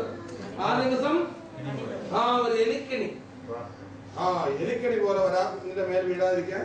അത് സകലരുടെയും മേലും വീഴും. ഒബാമയുടെ മേലും വീഴും, അല്ലെ? വീഴാതിരിക്കുമോ? ദലൈലാമയുടെ മേലും വീഴും. എല്ലാ അമ്മയുടെയും മേലും ആരുടെ മേലും വീഴും. ഒരുത്തരും രക്ഷപ്പെടാൻ എത്ര വലിയ ഷെയ്ക്ക ഭൂമി മുഴുവനായിട്ട് കീഴിൽ ആ മുട്ട എണ്ണയുടെ മണ്ണൊക്കെ ഇരിക്കുന്നു പറഞ്ഞാൽ എന്തിരിക്കുന്നു? എലിമാർ വന്ന് ഒറ്റ വരിയുള്ളൂ ഷെയ്ക്ക്. എന്താണത്? എന്താ വരി? ഉണർന്നു. ഈ പ്രാർത്ഥനാ ജീവിതത്തിനകത്ത് എല്ലാം പഠിപ്പിക്കുന്നത്. ഇങ്ങനെ പ്രാർത്ഥിക്കാൻ ഇരിക്കുന്നതിനോട് കർത്താവ് എന്തല്ല ഈ പ്രാർത്ഥിക്കാന്ന് പറഞ്ഞാൽ എന്താ? വേറെ നമ്മളാദ്യത്തെ പ്രാർത്ഥന ക്ലാസ് പഠിച്ചു. ഓറൗട്ട് ചെയ്യുന്നതാണ്. എന്ത് ഓറൗട്ട് ചെയ്യുന്ന? ആ ഹൃദയം, ഈ തകരാറിലായ ഹൃദയം ഓറൗട്ട് ചെയ്യുന്നതിന്റെ പേരാണ് എന്ത്? ഞാൻ പ്രാർത്ഥിച്ചു എന്ന് പറഞ്ഞില്ല ഹന്ന. ഞാനെന്താ പറഞ്ഞേ? ഞാൻ വ്യസനമുള്ള ഒരു സ്ത്രീയാണ് യജമാനെ. ഞാൻ ദൈവത്തിന്റെ എന്റെ ദൈവത്തിന്റെ തന്നെ എന്റെ ഹൃദയം പകരുകയും എത്രയും ചെയ്തു. ഹൃദയം പകരുമ്പോ കർത്താവിനോട് പറയാം, എനിക്ക് ഇങ്ങനത്തെ ചില ഹാബിറ്റ് ഉണ്ട്, അല്ലെ എനിക്ക് ഇവിടെ ഇൻടോക്സിക്കേഷൻ പറയുന്നുണ്ട്. നമ്മുടെ ആ വാക്യത്തിൽ ഉണ്ടായിരുന്നു. മദ്യപാനം എന്ന് പറഞ്ഞ ആ വാക്ക് ഇൻടോക്സിക്കേഷൻ, അതായത് ഒരു ഡ്രങ്കൺ മൂഡ്. നിങ്ങൾക്കറിയാമോ? ഈ മദ്യപിച്ച് കഴിഞ്ഞ് വലിയ കള്ളടിക്കുന്നവർക്ക് അറിയാം. പക്ഷെ നമ്മള് ഒന്നും അത്രയും കള്ളടിക്കുന്നവരൊന്നും കള്ളടിക്കുന്നവരല്ല. ഈ വലിയ കളകളിമാരെന്ന് അറിയാം. ഇവിടെ ഈ വിദേശത്തൊക്കെ വന്നു കഴിഞ്ഞാൽ ഇത്രയുള്ള കുപ്പിയൊക്കെ മേടിച്ചു ഇങ്ങനെ നിന്ന് കുടിക്കാൻ വേണ്ടി തന്നെ ജീവിക്കുകയാണ്. ഞാൻ ഇങ്ങോട്ട് വന്നപ്പോൾ ഫ്ലൈറ്റിനകത്ത് കണ്ടു ഒരു അച്ചായൻ മേടിച്ച് കൂട്ടുക ചെറിയ കുപ്പി. ഞാൻ എന്നാണല്ല ഫ്ലൈറ്റ് എന്തുമാത്രം ഇതാവുള്ളൂ. ഇപ്പൊ ഞാൻ പോക്കറ്റിന്റെ കാശെടുത്ത് അങ്ങോട്ട് അനുവദിച്ചിട്ടുള്ളതിലും കൂടുതൽ സാധനം കാശെടുത്ത് മേടിക്കുന്നത് കുടിക്കുക. ഈ കുടി കഴിഞ്ഞ് കുടിയന്മാരെ ഞാൻ കണ്ടിട്ടുണ്ട്. രാവിലെ ഇങ്ങനെ നിതാവ് തരിച്ചുവിട്ട കോഴി പോലെ നമുക്ക് വീട്ടിലും അടുപ്പിക്കുന്നില്ല. പുറത്തെ തിന്നാലൊക്കെ ആയിരിക്കും കിടക്കുന്നത്. അവിടെ കിടന്നേച്ച് വേറെ കോഴി കൂടെ ഇങ്ങോട്ട് ഓടുക. രാവിലെ ബേവറേജ് കട അവർക്ക് വേണ്ടി ഉറപ്പിക്കാനായിട്ട് അവിടെ പോയി ഇങ്ങനെ നടക്കുക. കൊടുത്ത് നേരം വരുമോ? രാവിലെ 8 മണിയാകുന്ന ഇങ്ങനെ വിറച്ച് അവിടെ എന്ത് ചെയ്യും? ആ വിറച്ച് നടക്കുന്ന സമയത്തിന്റെ പേര് എന്താണ്? ഇൻടോക്സിക്കേഷൻ. മദ്യപാനം എന്നുള്ള വാക്ക് ഈ കോൺഗ്രസിലൂടെ ഇട്ട് നമ്മൾ പരിശോധിച്ചാൽ, ഈ പറഞ്ഞു വരുന്ന സാഹചര്യത്തിലിട്ട് പരിശോധിച്ചാൽ എന്താണെന്ന് അറിയാമോ? അത് മദ്യപിച്ച് കഴിഞ്ഞ് ഉന്മാദം ഇറങ്ങിക്കഴിഞ്ഞ് ഒരവസ്ഥയുണ്ട്. നിങ്ങളോട് പറഞ്ഞ കാര്യം മദ്യപിക്കാത്തോട് പറഞ്ഞ കാര്യം രാവിലെ എന്നാ പറയുന്നത്? ഒരു ട്രൗസി മൂഡ്. എന്താണത്? Hang over. നല്ല ഹാങ് ഓവർ. ഒരു മൂടുമില്ല. ഒരു ശകലം ചെന്ന് കഴിഞ്ഞാൽ രാവിലെ ഒന്നും വിട്ടാലും മനുഷ്യനെ കണ്ട മുഖത്ത് പോലും നോക്കാനുള്ള ധൈര്യം ഇല്ലാത്ത സ്ഥിതി. വിശ്വാസികൾക്ക് പോലും ഗൂഢമായതെല്ലാം ചെയ്യുന്നത് ഇൻടോക്സിക്കേഷൻ. മദ്യം വേണമെന്നില്ല ഇൻടോക്സിക്കേറ്റഡ് ആകാൻ. എന്ത് ഇൻടോക്സിക്കേറ്റഡ് ആകാം? നമ്മുടെ ബിസിനസ്സിൽ ഇൻടോക്സിക്കേറ്റഡ് ആകാം. ഞാൻ ചില സ്ത്രീകളോട് പറയും, മോനെ ആൽക്കഹോളിസം പോലെ വേറെ ഹോളിസം ഉണ്ടെന്ന് ഇവരെ ഈ അനോണിമസിന്റെ ആളുകൾ പറയാറുണ്ട്. ആൽക്കഹോളിക് അനോണിമസും അവർ പറയാറുണ്ട്. അതെന്താണ്? ഇത് വർക്ക് ഹോളിസം. മനസ്സിലാക്കിയിട്ടുണ്ടോ വാക്ക്? വർക്ക് ഹോളിസം എന്നാണ്. ആൽക്കഹോളിസം പോലെ വർക്കുണ്ട്. ചില ആൾക്കാർ ഞാൻ പറയുന്നവരോട് നിങ്ങളുടെ മണ്ടയ്ക്ക് കെണി വീഴും. കാരണം ആകെപ്പാടെ ഒരു പശുവേ ഉള്ളൂ. അതിന്റെ പുറകെ നടന്ന് ചകഞ്ഞും അതിന്റെ വാല പിടിച്ച് തൂങ്ങിയും അതിനെ ഇവിടെ കുളിപ്പിച്ചാലും തന്നെ പിന്നെ കുളിപ്പിച്ചും അതിനെ ഈച്ച കടിക്കുന്നത് ഇങ്ങനെ നോക്കിയും ഇതിന്റെ പുറകെ നടക്കുക. എന്റെ അമ്മാമ്മയെ കെണി പോലെ വന്ന് വീഴും. വലിയ പൈസ വേണമെന്നില്ല, കള്ള കുടിക്കണമെന്നില്ല. ഇത് ഈ തകരാറ് വരാറുണ്ട്, ഈ പ്രശ്നം ഉണ്ടാകട്ടെ, എന്ത് മതി? ഒരു പശു മതി നിന്റെ ജീവിതം നശിച്ചു പോകാൻ. അതായത് നമുക്കുള്ളതിനെ വളരെ ആസക്തിയോടെ ചേർത്ത് പിടിച്ച് സൂക്ഷിച്ച് കാംക്ഷിച്ച് ഇങ്ങനെ ഇതിനെക്കുറിച്ച് മാത്രം ഓർത്തിരിക്കുക. അതാ പറഞ്ഞത്, തിന്നും കുടിച്ചും വിവാഹം കഴിച്ചും വിവാഹത്തിന് കൊടുത്ത് ഉപജീവന ചിന്തകളാൽ ജീവിതത്തിന് വേണ്ടിയുള്ള ഭൗതിക ജീവിതത്തിന് വേണ്ടിയുള്ള ഓവർ കൺസേൺ ദൈവം ക്ഷമിക്കുന്ന പാപം. കർത്താവ് പറഞ്ഞിട്ടുണ്ട്, എന്താണ്? അന്നു വേണ്ടുന്ന ആഹാരം കാക്കകളെ നോക്കുവിൻ, വിതയ്ക്കുന്നില്ല, കൊയ്യുന്നില്ല, കിടപ്പുരകളിൽ ശേഖരിക്കില്ല, അവയെ തീറ്റിപ്പോറ്റുകയാണ്. പക്ഷികൾ എത്ര സംതൃപ്തരാണ്. ഏതെങ്കിലും പക്ഷി ഭക്ഷണം കിട്ടാതെ വീട് ചത്തി കിടക്കുന്ന ഇന്നു വരെ ഞാൻ ഒരു പക്ഷി. കാക്കയെ തീറ്റുന്ന, ഇരയ്ക്കായി അറുന്ന ബാലസിംഹത്തിന് തീൻ കൊടുക്കുന്ന, ഐശ്വര്യമായി ആവശ്യങ്ങൾ നിറവേറ്റുന്ന ഒരു പിതാവിന് മുമ്പിൽ അപ്രധാന്യമുള്ള കാര്യങ്ങൾക്ക് വേണ്ടി ജീവിതം നശിപ്പിക്കുന്നത് ജന്മദോഷമാണ്. എനിക്കറിയാം, എന്റെ വളരെ പ്രിയപ്പെട്ടവരുണ്ട്. അവർക്ക് അവരുടെ വീട് ഇച്ചിരി അനേക സ്ഥലം കാണും. അതിനകത്ത് കാണും അതിന്റെ തെങ്ങിനെ മുട്ടി ചോട്ടോട്ട് നോക്കുന്നു, വീടോട്ട് നോക്കുന്നു, തേങ്ങ കാഴ്ചയോ പൊഴിഞ്ഞോ, കൊല വന്നതിന് പോയോ, തേങ്ങാക്കൊല ആടിയോ, എന്തോ ഒരു പ്രശ്നം. അങ്ങനൊരു കാറ്റടിച്ചൊരു മരത്തിന്റെ ചില്ല വില ഒഴിക്കാൻ ഒടിഞ്ഞു ഞാൻ പിടിച്ച കാറ്റാ. മഴ ഇങ്ങോട്ട് ശ്രമിക്കുന്നില്ല. എന്നാ മഴ, എന്തോരം വന്നിച്ച് എന്തോരം വേനില്ല. ഇയാളെ കൺസേൺ എന്താണ്? 2 3 റബ്ബർ 3 ആളോട് തെങ്ങുള്ളവൻ ഇങ്ങനെ രാവും പകരുന്നുണ്ട്. ഇതാണ് കർത്താവ് ഉദ്ദേശം. ഇതുകൊണ്ട് ആരും ജീവിക്കുക, ഇവിടെയും ജീവിക്കുകയല്ല. കർത്താവ് എന്നും കെണി പോരാ ദിവസം. പിന്നെ 100 ചിട്ടി, പിടിച്ച ചിട്ടി, പിടിക്കാൻ പോകുന്ന ചിട്ടി, അടച്ച ചിട്ടി, അടയ്ക്കാൻ പറ്റാത്ത ചിട്ടി, എന്തോരം ചിട്ടി. എനിക്കറിയാം, എന്റെ സഭയിൽ ഞാൻ വലിയ പ്രശംസ പറയാൻ പോകാറില്ല. വളരെ മണ്ണും ചാരുന്നവൻ പെണ്ണും കൊണ്ട് പോയി എന്ന് പറഞ്ഞ് പോലെ ജീവിക്കുന്ന സൗരന്മാർ. അവർക്കൊരു ഭാരമില്ല. കാര്യങ്ങളൊക്കെ വില വീഴായിട്ട് നടക്കുന്നുണ്ട്, അന്ന് നടക്കുന്നുണ്ട്, ഇന്ന് നടക്കുന്നുണ്ട്. ഒരിക്കൽ ഞാൻ ചോദിച്ചു, സൗര എന്റെയൊക്കെ രഹസ്യം എന്താണ്?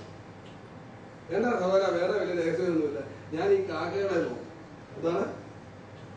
കാക്കകൾക്ക് വല്ല ഭാരമുണ്ടോ?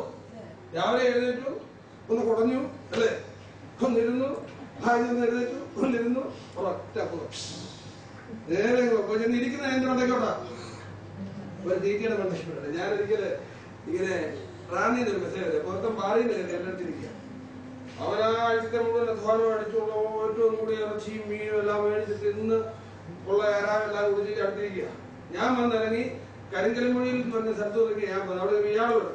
ഇയാൾ റാന്നിന്ന് അധികം ദൂരമൊന്നുമില്ല ഏഴുമണിക്ക് വരാനായിട്ട്.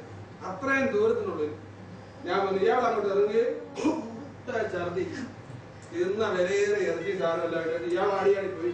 പടപെടാതെ കാക്കകൾ വന്നു. ഒന്നാന്തരം ബീഫ് വറുത്തത്, ഒന്നാന്തരം കരിമീൻ പൊരിച്ചത്, കുശാലായിട്ട് അടിക്കുകയാണ് കാക്ക. എല്ലാവരും എടുത്തു, എല്ലാവരും വിളിച്ചു. കാക്ക 4 സൈഡിൽ നിന്ന് വന്നു. കാക്കകൾക്ക് ഒരു പെരുത്ത പാടത്തിനാ കൊണ്ടുപോകും. ചില കെട്ടികളെ ദൈവം ഒരാഴ്ച പഠിപ്പിച്ച് ഒരാഴ്ച ജോലി ചെയ്യിച്ച് അവന്റെ പണി പിള്ളേരെ എടുക്കാനുള്ള കാശ് മാറി ഇന്ന് സാധനം എടുത്തു. സഞ്ചിക്കാത്ത കൊണ്ടുതരുന്നോ? ഇതൊരു സഞ്ചിയല്ലേ, അനുഭവിക്കാൻ പറ്റും. സഞ്ചി കൊണ്ടത് കരുക്കരമണി ഇവിടെ കാക്കിക്ക് കൊടുത്തില്ല ദൈവം. ഈ സൈഡ് പണി ചെയ്ത പാർട്ടിയാണ് ആര്? കർത്താവ്. അവരോട് കർത്താവിനോട് ചോദിച്ചാൽ മതി, വല്ലവരും സഞ്ചി കൊണ്ടുവന്നിട്ട് നമുക്ക്.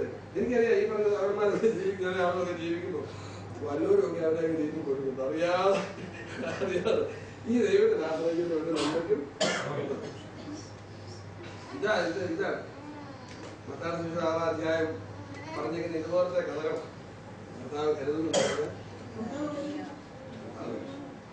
സമയമാകുമ്പോൾ മറ്റവന്റെ കാര്യത്തേക്ക് അവന്റെ കാര്യം നടക്കുകയും ചെയ്യും.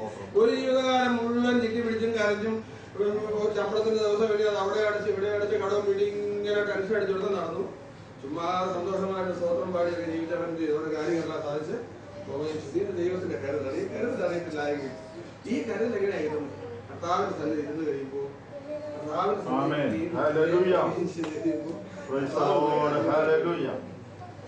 നമുക്ക് ഇതുപോലെ തന്നെയാണ് പറയുന്നത്. ലോകത്തിന്റെ കാലത്ത് നടന്ന രണ്ടുപേരാണ്. അബ്രഹാം ബഹുസമ്പന്നനായിരുന്നു. അബ്രഹാമിനെ കുറിച്ച് വായിക്കുന്നതാണ് നമ്മൾ ബഹു. ലോകത്തിനെ കുറിച്ച് വായിക്കുന്നതെങ്കിൽ ബഹു വൃത്തികേണ്ട ഉണ്ടായിരുന്നു. ബഹു വൃത്തികേണ്ട. രണ്ടുപേരും ഒരുമിച്ച് ഇറങ്ങിയതാണ്. അപ്പാപ്പനും മോനും ഒക്കെ. പക്ഷെ എന്നാ പറ്റി, തെരഞ്ഞെടുക്കുന്ന സമയം നമ്മൾ തലയിൽ ഡോക്ടറുടെ കാര്യം കർത്താവിന് കൊടുക്കണോ, കർത്താവിനെ അനുസരിക്കണോ, വേണോ. നോക്കിയപ്പം ലോകത്തിലോട്ട് നോക്കി ഉപജീവന ചിന്തകളാണ് ഭയങ്കര അട്രാക്ഷൻ. നേരെ പോയി ഇങ്ങോട്ടാണ് പോയത്. നീരോട്ടമുള്ള സ്ഥലവും പുല്ലോടെ നിൽക്കുന്ന സ്ഥലവും റോഡ്. ഞാൻ ഇങ്ങോട്ട് പോകാൻ പറഞ്ഞ് നേരെ പോയി ചെന്ന് അവസാനിച്ച എവിടെ? ഏറ്റവും ശപിക്കപ്പെട്ട മഹാപാതകത്തിൽ ജീവിക്കുന്ന ആളുകളുടെ നടുവിലാണ്. അവിടെ ചെന്നിരുന്നു. വലിയ ന്യായമൊക്കെ രക്ഷിക്കപ്പെട്ട ആളാന്നൊക്കെ പറഞ്ഞു. പല വീട് കള്ളശാപ്പിൽ പോയിരുന്നു. അവിടെ പോയിരുന്നതൊക്കെ പറഞ്ഞ് വാദങ്ങളൊക്കെ ഇരുന്ന് ഇയാൾ പറഞ്ഞ ഇച്ചിരി വില കൂടുതലും. പക്ഷെ അവിടെ നിന്ന് കുഴഞ്ഞ് നശിച്ച് എന്ത് വെച്ച് കൊടുക്കും?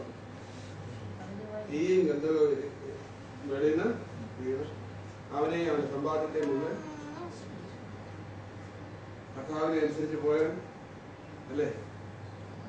അവന്റെ അന്ന് പോയവന്റെ ഏതാണ്ട് ഭൗതിക ചെലവിനോട് ബന്ധപ്പെട്ടാണ് നമ്മളിൽ ജീവിക്കുന്നത് അല്ലേ? അവന്റെ മക്കളായി പ്രദേശമൊക്കെ ഇവരുടെ നമുക്ക് കുത്തനെ വെക്കും. ദൈവത്തെ അനുസരിച്ചും ദൈവവചനത്തിൽ ആശ്രയിച്ചും മുന്നോട്ട് പോകുന്നത്. അബ്രഹാമിന്റെ ദൈവവചനത്തിൽ ആശ്രയിച്ചല്ലേ? എന്താ പറഞ്ഞേക്കുന്നത്? തെരഞ്ഞെടുക്കാൻ അവസരം കൊടുത്തു അല്ലെ? അബ്രഹാം എന്താ ചെയ്യുന്നത്? നീ കിടക്കോട്ടെങ്കിൽ ഞാൻ പടിഞ്ഞോട്ടോ, ഇനി നീ പടിഞ്ഞോട്ടാണെങ്കിൽ ഞാൻ കിടക്കോട്ടോ. കാരണം ഈ തെരഞ്ഞെടുപ്പിന്റെ കാരണം എന്താ? അബ്രഹാമിന്റെ ഓഹരി എന്താണ്? ആരാണ്? ദൈവമാണ്. ഇത് പറഞ്ഞില്ലേ ദൈവം? അബ്രഹാമേ, ഞാൻ നിന്റെ അതിമഹത്തായ ഓഹരിയും പ്രതിഫലവുമാണ്.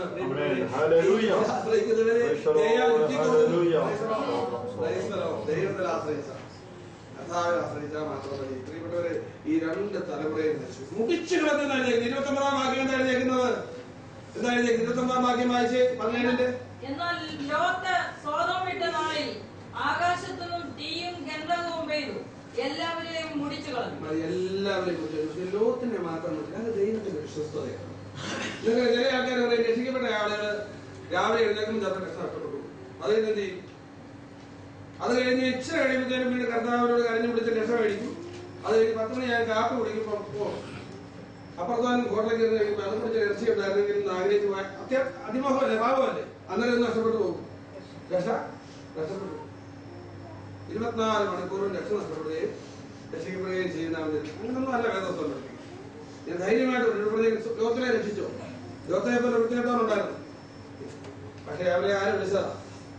കർത്താവ് വിളിച്ചവന്റെ കൂടെ ഇറങ്ങി തിരിച്ചവനെ വരെ ശ്രദ്ധിക്കുന്ന ആളാണ്. എല്ലാവരും എല്ലാം അറിഞ്ഞു പഠിച്ചു മുറുക്കി അങ്ങനെയാണോ രക്ഷിക്കപ്പെടുന്നത്? കർത്താവിന്റെ നാമം വിളിച്ച കഴിയുന്ന ഏവരും അതാ യേശുവേ എന്നോട് കരുണയുണ്ടാകണമേ എന്ന് പറയുന്നതിനാ ദൈവം ചെയ്യും. അവനാണെങ്കിൽ ദൈവോളജി ഒന്നും അറിയത്തില്ല. ഇങ്ങനെ അറിയോ? അവനെ കർത്താവ് രക്ഷിക്കും. അല്ലെ ആരെ കർത്താവ് രക്ഷിക്കാൻ പോകുന്നത്? അവന്റെ നാമം വിളിച്ച കഴിക്കുന്ന ഏവരെയും കൊണ്ടാണ്. ലോകത്തങ്ങനെ എടുത്തനെ അവനെ തേടി ആരും വന്നു, ദൂതന്മാരും വന്നു. ലാസ്റ്റ് വണ്ടി സമയമായപ്പോ എന്ത് ചെയ്തു? കൊണ്ടുപോകാനായിട്ട് സോറിലോട്ട് കൂട്ടിക്കൊണ്ട് വരാം. പുള്ളിക്ക് പോകാൻ മനസ്സിലായിരുന്നു. പക്ഷെ എന്ത് ചെയ്തു? കൂട്ടിക്കൊണ്ട്. ഇതാണ് കർത്താവ്. പ്രിയപ്പെട്ടവരെ, കർത്താവിൽ ആശ്രയിക്കുന്നവരെ ദയ എന്ന് പറയുന്ന വാക്ക് പഴയ നിമിത്തിന്റെ വാക്കാണ്. മനോഹരമാണ്. അത് കമേറിന്റെ റിലേഷൻഷിപ്പ് ഉടമ്പടി ചെയ്തതിന്റെ പേരിൽ ഔദാര്യമായി കിട്ടിയ പ്രത്യേകമാണ് ദയ. അതുകൊണ്ടാണ് ഈ ദയയെ കുറിച്ച് പറയുന്ന ഭക്തന്മാരുടെ ഈ പാട്ട് പാടുന്നത്. സങ്കീർത്തനം മുഴുവൻ നിന്റെ ദയോ എന്നൊക്കെ പറഞ്ഞത്. ആ ദയ ലഭിച്ചവരാണ് ആര്? സൂക്ഷിക്കണം. എന്തിനാ സൂക്ഷിക്കണം? ഹൃദയത്തെ. കാരണം ഹൃദയത്തെ സകല ജാഗ്രതയോടെയും സൂക്ഷിച്ചു കൊള്ളുക. ജീവന്റെ ഉത്ഭവം അതിൽ നിന്നാണ് എന്നാണ് ബുദ്ധിയുള്ള ജ്ഞാനികൾ അല്ലെ? അങ്ങനെ പറയാം. അപ്പൊ ഹൃദയത്തെ വാച്ച് ചെയ്യാൻ എന്താണ് വഴി? നമ്മൾ പറഞ്ഞു. എന്താണ് വഴി? ഉണർന്നിരുന്ന് ഞാൻ ചോദിക്കട്ടെ, പ്രാർത്ഥിക്കാൻ എന്താണ് മടി? പ്രാർത്ഥിക്കാൻ എന്താണ് മടി? പ്രാർത്ഥിക്കാതിരിക്കുന്നത് എന്തിന്റെ പേരിലാണ്? ഇതാണ് എന്റെ ചോദ്യം. എന്തിന്റെ പേരിലാണ് പ്രാർത്ഥിക്കാതിരിക്കുന്നത്? വേറെ എന്തിനാണ് സമയം കളയുന്നത്? ഞാൻ പറയട്ടെ, ഒരു പ്രാർത്ഥനാ മനുഷ്യന്റെ അനുഗ്രഹം നിങ്ങൾക്ക് അറിയാമോ? അവനൊരു അനുഗ്രഹം തന്നെ. ചില അമ്മച്ചിമാരൊക്കെ എനിക്കറിയാം. എന്റെ കുഞ്ഞെ എന്നിട്ട് അന്നേരം ഞാൻ പ്രാർത്ഥിക്കും. ഒരു കാര്യം പറഞ്ഞ അന്നേരം പ്രാർത്ഥിക്കുക അല്ലേ? അതുകൊണ്ട് നടക്കുന്ന വഴിക്ക് പ്രാർത്ഥിക്കും. എവിടെ കർത്താവേ എന്നെ കുറിച്ച് ഒരു പ്രാർത്ഥനയോട് പ്രാർത്ഥിക്കുക. നടക്കും എപ്പോഴും അവർ ആ പ്രാർത്ഥനയിൽ അങ്ങ് നിറഞ്ഞു നിൽക്കുക. ഈ പ്രാർത്ഥിക്കുന്ന സമയത്ത് നമുക്ക് ഒരേ സമയം പടിഞ്ഞാറോട്ടും അതേ സമയം തെക്കോട്ടും പോകാൻ പറ്റും. പ്രാർത്ഥിക്കാൻ തുടങ്ങി കഴിഞ്ഞാൽ അന്യായ ചിന്തകൾ ഹൃദയത്തെ സൂക്ഷിക്കുന്ന പ്രാർത്ഥനയാണ്. എന്താണ് ഹൃദയത്തിൽ നിന്നാണ് എന്തോ പുറത്തേക്ക് വരുന്നത്? നിങ്ങളൊന്ന് വായിച്ച് മർക്കോസ് 7-ാം അധ്യായം 21-22 വാക്യങ്ങൾ. തകരാറിലാണോ എന്ന് പറയാനുള്ള ഹൃദയം.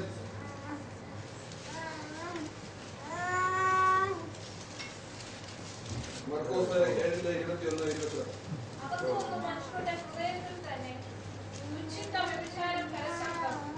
കൊലപാതകം, മോഷണം, അത്യാഗ്രഹം, ദുഷ്ടതാം, ചതി, ദുഷ്കർമ്മം, വിടക്കുകണ്ണ്, ദൂഷണം, അഹങ്കാരം, മൂഢത എന്നിവ പുറപ്പെടുന്നു.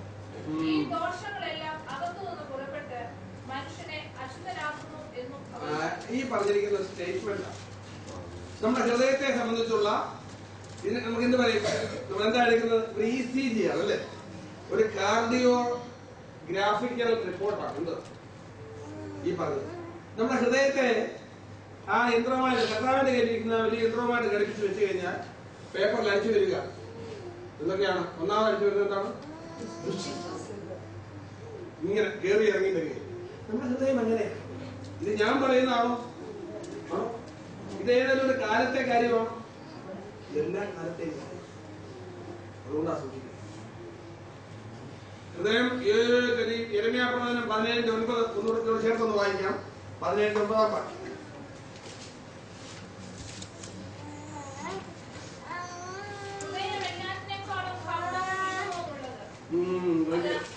ഇംഗ്ലീഷ് കാണൂല സാറിന്റെ മോസ്റ്റ് എന്തായിരിക്കുന്നത്? യെരമ്യാ 17:9 എല്ലാത്തേക്കും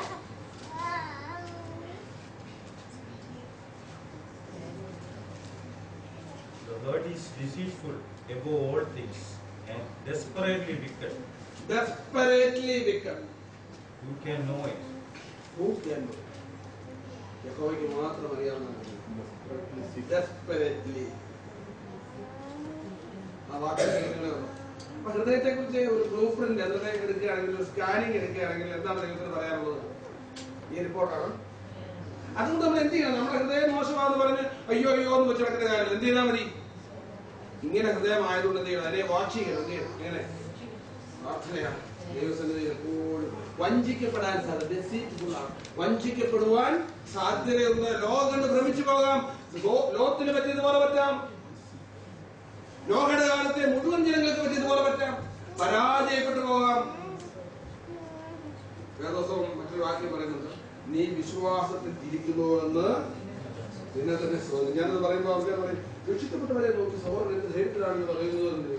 ഞാൻ പറഞ്ഞു എനിക്കത് പറയാൻ പേടിയൊന്നുമില്ല. കാരണം വേദോസത്തിൽ ഒരു കാര്യം കണ്ട് മനസ്സിലായ തല വെട്ടിക്കളയുമെന്ന് പറഞ്ഞാലും അത് പറഞ്ഞേക്കേ പോവുള്ളൂ. എന്താ പറഞ്ഞേക്കുന്നത്? വിശ്വാസത്തിലിരിക്കുന്ന കാര്യം പറയുന്നുണ്ട്. എല്ലാ ആഴ്ചയിലും അപ്പം നോക്കുന്നുണ്ട്. പാസ്റ്റർക്ക് വളരെ പ്രിയപ്പെട്ട ഒരു വലം കൈയാണ്, അല്ലെങ്കിൽ പള്ളിയിലെ കോയറിന്റെ ലീഡറാണ്. സഹോദരനോട് ഇല്ലാത്ത ഇവിടുത്തെ കാര്യമല്ലോ. എന്നതാണെന്ന് പറഞ്ഞാലും നഷ്ടപ്പെട്ട അവസ്ഥയിലായിരിക്കാൻ സാധ്യത ഉണ്ടോ? ഉണ്ടോ? ഉണ്ടെന്നാണ് ബൈബിള് പഠിക്കുന്നത്. അതുകൊണ്ട് രക്ഷിക്കപ്പെട്ടവരെ നോക്കി നിങ്ങൾ രക്ഷിക്കപ്പെട്ടവരല്ല എന്ന് പറയുകയല്ല. രക്ഷിക്കപ്പെട്ടവരാണോ എന്ന് നിങ്ങൾ എന്ത് ചെയ്യണം? എക്സാമിൻ ചെയ്തുകൊണ്ടിരിക്കണം. ഞാൻ പറഞ്ഞല്ലോ, ഈ ഹൃദയം അങ്ങോട്ട് കൊടുക്കാതെ എങ്ങനെയാ റിസൾട്ട് ഇങ്ങോട്ട് കിട്ടുന്നത്? പറ്റുമോ? ആശുപത്രിയിൽ ചെന്ന് ECG മെഷീനിലോട്ട് ഘടിപ്പിക്കാതെ ഇവിടെല്ലാം കൊണ്ട് കുത്തി വെക്കാതെ എല്ലാം കിട്ടുമോ റിപ്പോർട്ട്? ദൈവത്തിന്റെ ഏറ്റവും വലിയ കാർഡിയോളജിസ്റ്റാണ്, സൂപ്പർ കാർഡിയോളജിസ്റ്റാണ്. ഇവിടെ കർത്താവാ ഹൃദയത്തെ അറിയുന്നവൻ, ഹൃദയത്തെ പരിശോധിക്കുന്നവൻ. ഡോക്ടർമാർ ചെയ്യുന്നത് പരിശോധിക്കുകയാണ്. സൂപ്പർ കാർഡിയോളജിസ്റ്റാണ്. ഈ കാർഡിയോളജിസ്റ്റിന്റെ അടുത്ത് ഹൃദയം കൊണ്ട് എങ്ങനെയാ കൊടുക്കുന്നത്? നമ്മുടെ റോഡെ ഓടിച്ചിട്ട് പിടിച്ചാലും നമ്മുടെ ഹൃദയം പരിശോധിച്ച് നോക്കുമോ? എന്നിട്ട് 10 പേര് അടിക്കും. നേരെ മറിച്ച് ആർക്ക് ഹൃദയം പരിശോധിക്കണോ നേരിട്ട് അവിടെ കൊണ്ടുപോയി കൊടുത്ത് പരിശോധിപ്പിക്കണം. ഇത് തന്നെയാണ് പ്രാർത്ഥന. നമ്മുടെ ഹൃദയം ഇങ്ങോട്ട് പകരണം. ഇത് എടുത്തു കൊടുക്കാൻ പറ്റില്ല. പിന്നെ എങ്ങനെ കൊടുക്കാം? ഹൃദയം നിറഞ്ഞ് കവിയുന്നതല്ലോ. അപ്പൊ ഏതിലൂടെ ഹൃദയം പുറത്തോട് കൊടുക്കുന്നത്? വാക്കുകൾ. ഹൃദയത്തിലുള്ള അവസ്ഥ കർത്താവിന് സന്നിധി കൊടുക്കുമ്പോൾ അദ്ദേഹം പരിശോധിക്കും. അവിടെ പരിശോധിച്ചിട്ടില്ല. ഈ കർത്താവ് പരിശോധിക്കുക മാത്രമല്ല, ചാർജ് ചെയ്യുക, എന്ത് ചെയ്യുകയും ചെയ്യും, പരിശോധിക്കുകയും ചെയ്യും, അതിന്റെ ചികിത്സ അന്നേരം തന്നെ ചെയ്യുകയും ചെയ്യും, സുഖപ്പെടും. കർത്താവിന്റെ ഈ വൈദ്യന്റെ അടുത്ത് പോയാൽ ഈ കാർഡിയോളജിന്റെ അടുത്ത് പോയാൽ ആരും സുഖപ്പെട്ടാൽ അവിടെ പോകാൻ ബുദ്ധിമുട്ടാ, പ്രാർത്ഥിക്കാൻ മടിയ. ഹൃദയം പകരുക എത്ര ചെയ്യുന്നത്, ഹൃദയം പകരുമ്പോ കാരണം വലിയ വചനാനുഭവമായ ഞാനിവിടെ എല്ലാം കഴിഞ്ഞു. കർത്താവ് ഈ കാര്യങ്ങൾ പറഞ്ഞിട്ട് കർത്താവ് പറഞ്ഞു. പിന്നീടാണ് കർത്താവ് പറയുന്നത്, ഈ കർത്താവ് വരുമ്പോൾ നഷ്ടപ്പെടുന്ന ഒരു നിലയിലാണോ എന്ന് ഹൃദയം പരിശോധിച്ചുകൊണ്ട് ജീവിക്കണമെന്നുള്ള സൂചനയാണ് ഞാൻ പറഞ്ഞിരിക്കുന്നു. കാരണം പ്രാർത്ഥനയിലൂടെ 34 മുതൽ ഉള്ള വാക്യത്തിൽ വായിക്കുന്നതാണോ നിങ്ങൾ കണ്ടോ? ആ രാത്രിയിൽ രണ്ടുപേർ ഒരു കിടക്കമേൽ ഒരുത്തനെ കൈക്കൊള്ളും, മറ്റവനെ ഉപേക്ഷിക്കും. രണ്ടുപേർ ഒന്നിച്ച് പൊടിച്ചുകൊണ്ടിരിക്കും, ഒരുത്തിയെ കൈക്കൊള്ളും, മറ്റവനെ ഉപേക്ഷിക്കും. രണ്ടുപേർ വയലിലേക്ക്, ഒരുത്തനെ കൈക്കൊള്ളും, മറ്റവനെ ഉപേക്ഷിക്കും. ഇതെന്താ സംഭവം? നിങ്ങൾ പറ. ഈ എഴുതി വെച്ചേക്കുന്ന കാര്യം എന്താണ്? ഏത് സമയത്തും കർത്താവിന്റെ വരവ്. ഈ കർത്താവ് വരിക എന്ന് പറയുന്ന സംഭവം ദൈവരാജ്യ സ്ഥാപനത്തിന്റെ നാന്ദിയാണ്. കർത്താവിന്റെ വരവിന് നിങ്ങൾക്കെല്ലാം അറിയാം, കർത്താവിന്റെ വരവ് 2 നിലയിലാണ് വേദോസം പഠിപ്പിക്കുന്നത്. ഒന്നുകയാണ് ആകാശമേഖലകളിൽ കർത്താവിന്റെ സാന്നിധ്യം വരും. നമ്മളെല്ലാവരും എന്ത് ചെയ്യും? കർത്താവിനെ എതിരേൽപ്പാൻ ഞാൻ വായിക്കുന്ന വേണ്ടല്ലോ, ആകാശത്തിലേക്ക് നമ്മളെല്ലാം മേളിൽ പോയി അവിടത്തേക്കാം. ഇവിടെ ഇങ്ങോട്ട് ഇവിടെ നിലത്തുന്നത് കാലുമുട്ടുന്നത്, കാലുമുട്ടുന്നതിന് പറയാറുണ്ട്. അത് കാലുമുട്ടിയാൽ കളിവാ, മുട്ടത്തില്ല. അതുകൊണ്ട് മേളിൽ വലിയ കാലം ഇവിടെ മുട്ടിയാൽ എന്നാ പറ്റും? വലിയ പ്രശ്നമാണ്. ഒലിവുമലയൊക്കെ 2 കീറുമെന്നാണ് സക്കറിയാപ്രവചനം പോലെ. അതുകൊണ്ട് അത് രണ്ടാമത്. അതിന് മുമ്പ് മേളിൽ വരുന്ന സമയത്ത് അങ്ങോട്ട് എടുക്കും. ആ കാര്യം അത് തന്നെ. അപ്പൊ ഇവിടെ പറഞ്ഞേക്കുന്നില്ല കണ്ടോ, 2 പേര് ഭാര്യയെ പറഞ്ഞ വലിയ സ്നേഹമൊക്കെ ആയിരുന്നു. പള്ളിയിൽ ഒരുമിച്ചാണ് വരുന്നത്, അത്താഴത്തിൽ പങ്കെടുക്കുന്നത് ഒരുമിച്ചാണ്, പാത്രങ്ങളും പരിപാടിയും പള്ളി ശുശ്രൂഷയൊക്കെ ചെയ്യും. പക്ഷെ കർത്താവ് പറഞ്ഞു 2 പേർ ഒരുമിച്ച് ഒരു കട്ടിലേക്ക് കിടക്കും, ഒരാൾ എടുക്കപ്പെടും. ഇതാരാണെന്ന് എക്സാമിൻ ചെയ്യേണ്ട ആവശ്യമുണ്ടോ? നമുക്ക് ചെയ്യണം. ഞാൻ പറയുന്നത് പരിശോധിക്കണം. വിശ്വാസം ഇരിക്കുന്നുവോ ബന്ധം നിങ്ങളൊന്ന് ശോധന ചെയ്യണം. കാരണം അല്ലെങ്കിൽ കട്ടലായിട്ട് രാവിലെ കറിക്കാപ്പിയൊക്കെ നിട്ടേ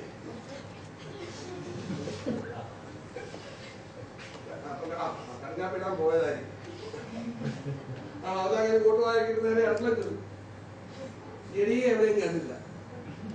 വിറകെടുക്കാൻ പോയത് തിരിച്ചു വന്നിട്ട് കാണുന്നില്ല. നോക്കി സമയം നോക്കി, സാധാരണ സമയം എടിയേ കേൾക്കാനുണ്ടോ?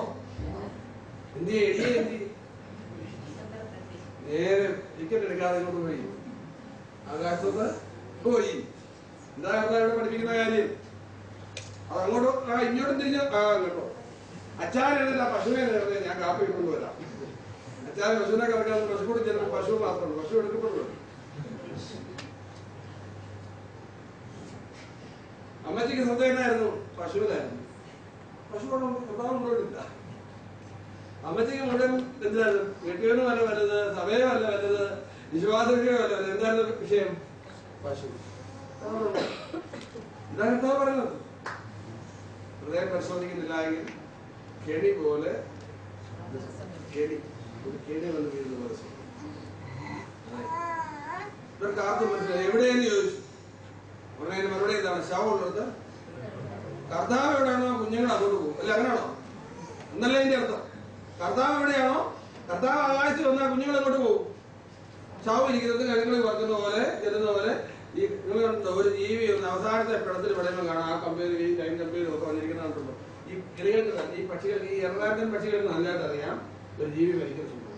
അതാണ് മരണം നടന്നുള്ളത്. ഡോക്ടർമാർ സർട്ടിഫൈ ചെയ്യുന്നതായി പക്ഷി നടത്തിയിട്ടെങ്കിൽ ഓർക്കും അവിടെ പോകും. ജീവന്റെ ഒരു കണിയുണ്ട്. ഇതുപോലെയാ ശവമുള്ളത്. കർത്താവ് യേശുക്രിസ്തു എവിടെയാണോ അവിടെ ആയിരിക്കും. തന്റെ കുട്ടികള് വാച്ച് ചെയ്ത് ജീവിച്ചോ, ഹൃദയം പരിശോധിച്ച് ജീവിച്ചോ, പ്രാർത്ഥിച്ച് ജീവിച്ചോ. ഇതാണ് നമ്മുടെ പ്രാർത്ഥന, ഇതാണ് നമ്മുടെ സന്തോഷം. ഒരു ദിവസമെങ്കിലും പ്രാർത്ഥിക്കാതിരിക്കരുത്. ഞാൻ വീണ്ടും ഓർപ്പിക്കുകയാണ്, ധൈര്യമായിട്ട് നിങ്ങൾ ഓർപ്പിക്കുക. ഒരു ദിവസം, ആ ദിവസത്തെ പ്രാർത്ഥന നഷ്ടപ്പെട്ടു. ഇതുകൊണ്ടാണ് ആ വാക്ക് നിങ്ങൾ തിരിച്ചു വായിച്ചപ്പോൾ ഇവിടെ മുന്നോട്ട് പോകാം. എന്താണ്? അതുകൊണ്ടാണ് അവസാനത്തെ സമയത്ത് കർത്താവ് പറഞ്ഞേക്കുന്നത്.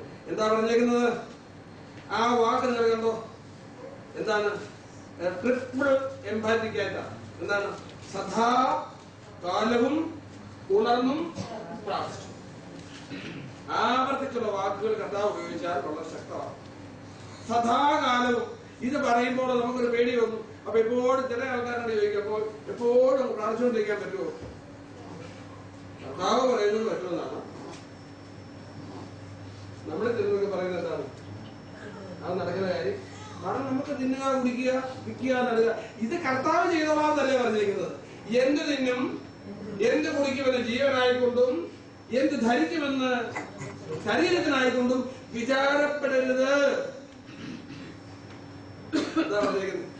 അവിടെ പറഞ്ഞേക്കുന്നത് നെഗറ്റീവാണ്. വിചാരപ്പെടാൻ പറയുന്നത്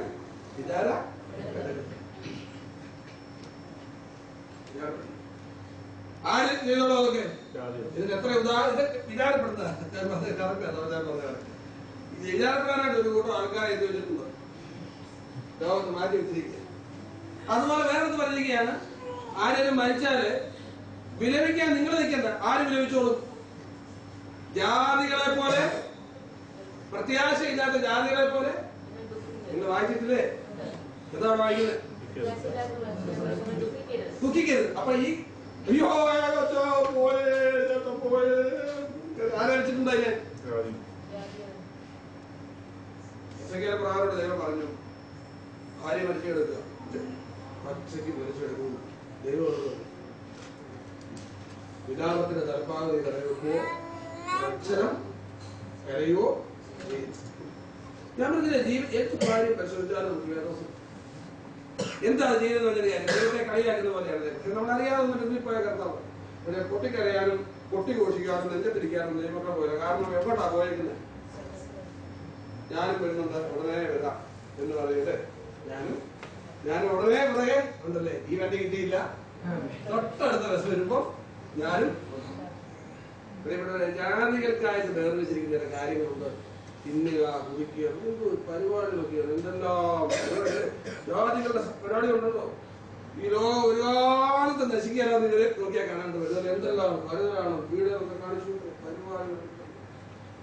എത്ര ലക്ഷങ്ങൾ വാരി കോരി പണം ഇടിച്ച് ഒന്നാന്തരം 10-50 ലക്ഷം രൂപ കൊടുത്താൽ കിട്ടാത്ത വീടെന്ത് ചെയ്യും? JCB ഒക്കെ വിളിച്ചോണ്ട് വന്ന്, ഹിറ്റാച്ചി ഒക്കെ വിളിച്ചോണ്ട് വന്ന് എന്ത് ചെയ്യും? മാന്തി പാറിച്ച് അത് വല്ലതും നടക്കുന്ന റോഡിൽ കൊണ്ടിട്ട് നാട്ടിലൊക്കെ ചെയ്യുന്ന കാര്യം സഹിക്കാൻ പറ്റാതെ. എന്താ കാര്യം? ഇതൊന്നും നശിക്കാനാണ് ഇവര് വിചാരിക്കുന്നത്. തീക്കിരയാകാതെ ആകാശം കൊടുമുഴക്കത്തോടെ ഒഴിഞ്ഞു പോകും, ഭൂമി അതിലെ സകല പണികളും. ഇതിങ്ങനെയൊക്കെ പോകാനുള്ളതായതുകൊണ്ട് നിങ്ങൾ എന്ത് ചെയ്യണം? അവിടെ എഴുതിയിരിക്കുന്നത് പ്രാർത്ഥിക്കാൻ, വിശുദ്ധ ജീവനും പ്രാർത്ഥിക്കാം. കേട്ടാ പറഞ്ഞു പ്രാർത്ഥിക്കാം. ഇഷ്ടംപോലെ പ്രാർത്ഥിക്കാൻ ദൈവം അവസരം തന്നിട്ടുണ്ട്. ഞാൻ ചോദിക്കാം, എപ്പോഴും ഒരു ഭയത്തോടെ ഇരിക്കുന്നവൻ ഭാഗ്യം. എഴുതിയിട്ടുള്ള എപ്പോഴും ഒരു ദൈവഭയം സൂക്ഷിക്കുന്നവൻ ആരാ?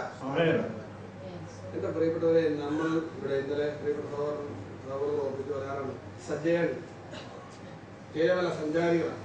കണ്ടു പോകാം, കണ്ട് ഇവിടെ മോഹിച്ചു വെക്കാൻ പോകുന്നു. കാരണം ഒഴിഞ്ഞു പോകും. എന്താ ഓർക്കുന്നത്? ഇവിടെ ഒന്നും സൂക്ഷിക്കാനാണ്. എന്താ പറയുക? നിക്ഷേപങ്ങൾ വീടായിട്ടോ വസ്തുവകളായിട്ടോ നിക്ഷേപങ്ങൾ സ്വരൂപിക്കരുത്. ചങ്കത്തരിച്ച് കയറി സ്വരൂപിക്കും. തിന്നാനും കൊടുക്കാനുമുള്ളത് കർത്താവ് മതിയെന്ന്, അതിലധികം ദുഷ്ടനിൽ നിന്ന്. പ്രിയപ്പെട്ടവരെ, ഇത് കർത്താവിന്റെ ശബ്ദം. കർത്താവ് പറഞ്ഞു, ഈ സംഭവിക്കാനുള്ളത് സർവഭൂതലത്തിലും വസിക്കുന്ന, ഇതിനെ കുറിച്ച് പറയുന്നത് ഇത് സർവ ലൗകികമായിരിക്കും ഈ ന്യായവിധി. രണ്ടാമത്തെ പറഞ്ഞത് എന്താണ്? ഞാൻ രണ്ട് കാര്യം പറഞ്ഞു. ഒന്ന്, എന്താണ്? തകരാറുള്ള ഹൃദയം ആണ് നമ്മുടേതായതുകൊണ്ട് എന്ത് ചെയ്യണം?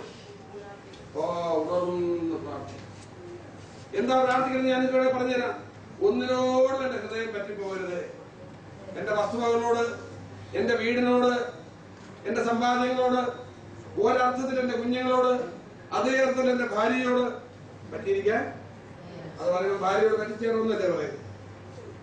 കർത്താവിൽ യോഗ്യമാകുന്ന ഭാര്യയെ സ്നേഹിക്കണം, അതിനപ്പുറത്ത് സ്നേഹിക്കാൻ. ഈ ഭാര്യ ഭർത്തൃ ബന്ധമൊക്കെ ഒരു കോൺട്രാക്ട് മാത്രമല്ല. എവിടം വരെ ഉണ്ടത്? ഉടമ്പടി എന്നല്ലേ എന്റെ പേര്. അത് എവിടം വരെയാണ്? Up to eternity. അല്ലെങ്കിൽ നമ്മൾ ന്യായവിധി വരെ നിത്യത വരെ കർത്താവിന്റെ അടുത്തെത്തുന്ന ആ മരണം വരെ മാത്രമുള്ള ഒരു കോൺട്രാക്റ്റാണ്.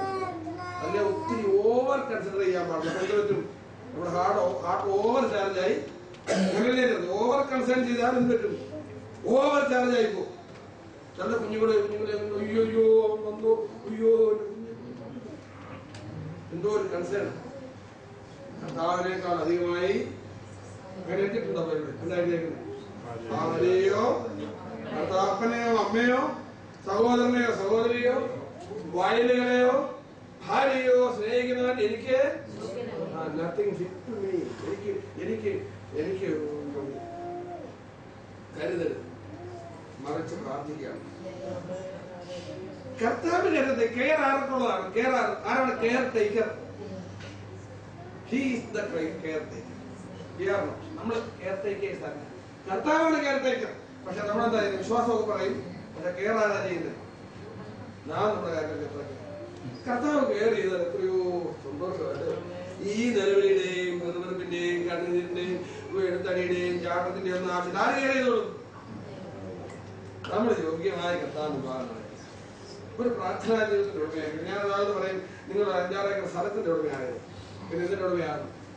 ഒരു നല്ല പ്രയർ ലൈഫിന്റെ ഉടമയായിരിക്കും. ഞാൻ നിങ്ങളോട് ആരെങ്കിലും പ്രാർത്ഥിക്കുമോ? ചോദിക്കുക, പ്രാർത്ഥിക്കുമോ? ഒരു നല്ല പ്രയർ ലൈഫിന്റെ ഉടമയായത്. നിങ്ങളൊരു കപ്പലിന്റെ ഉടമയാകരുത്.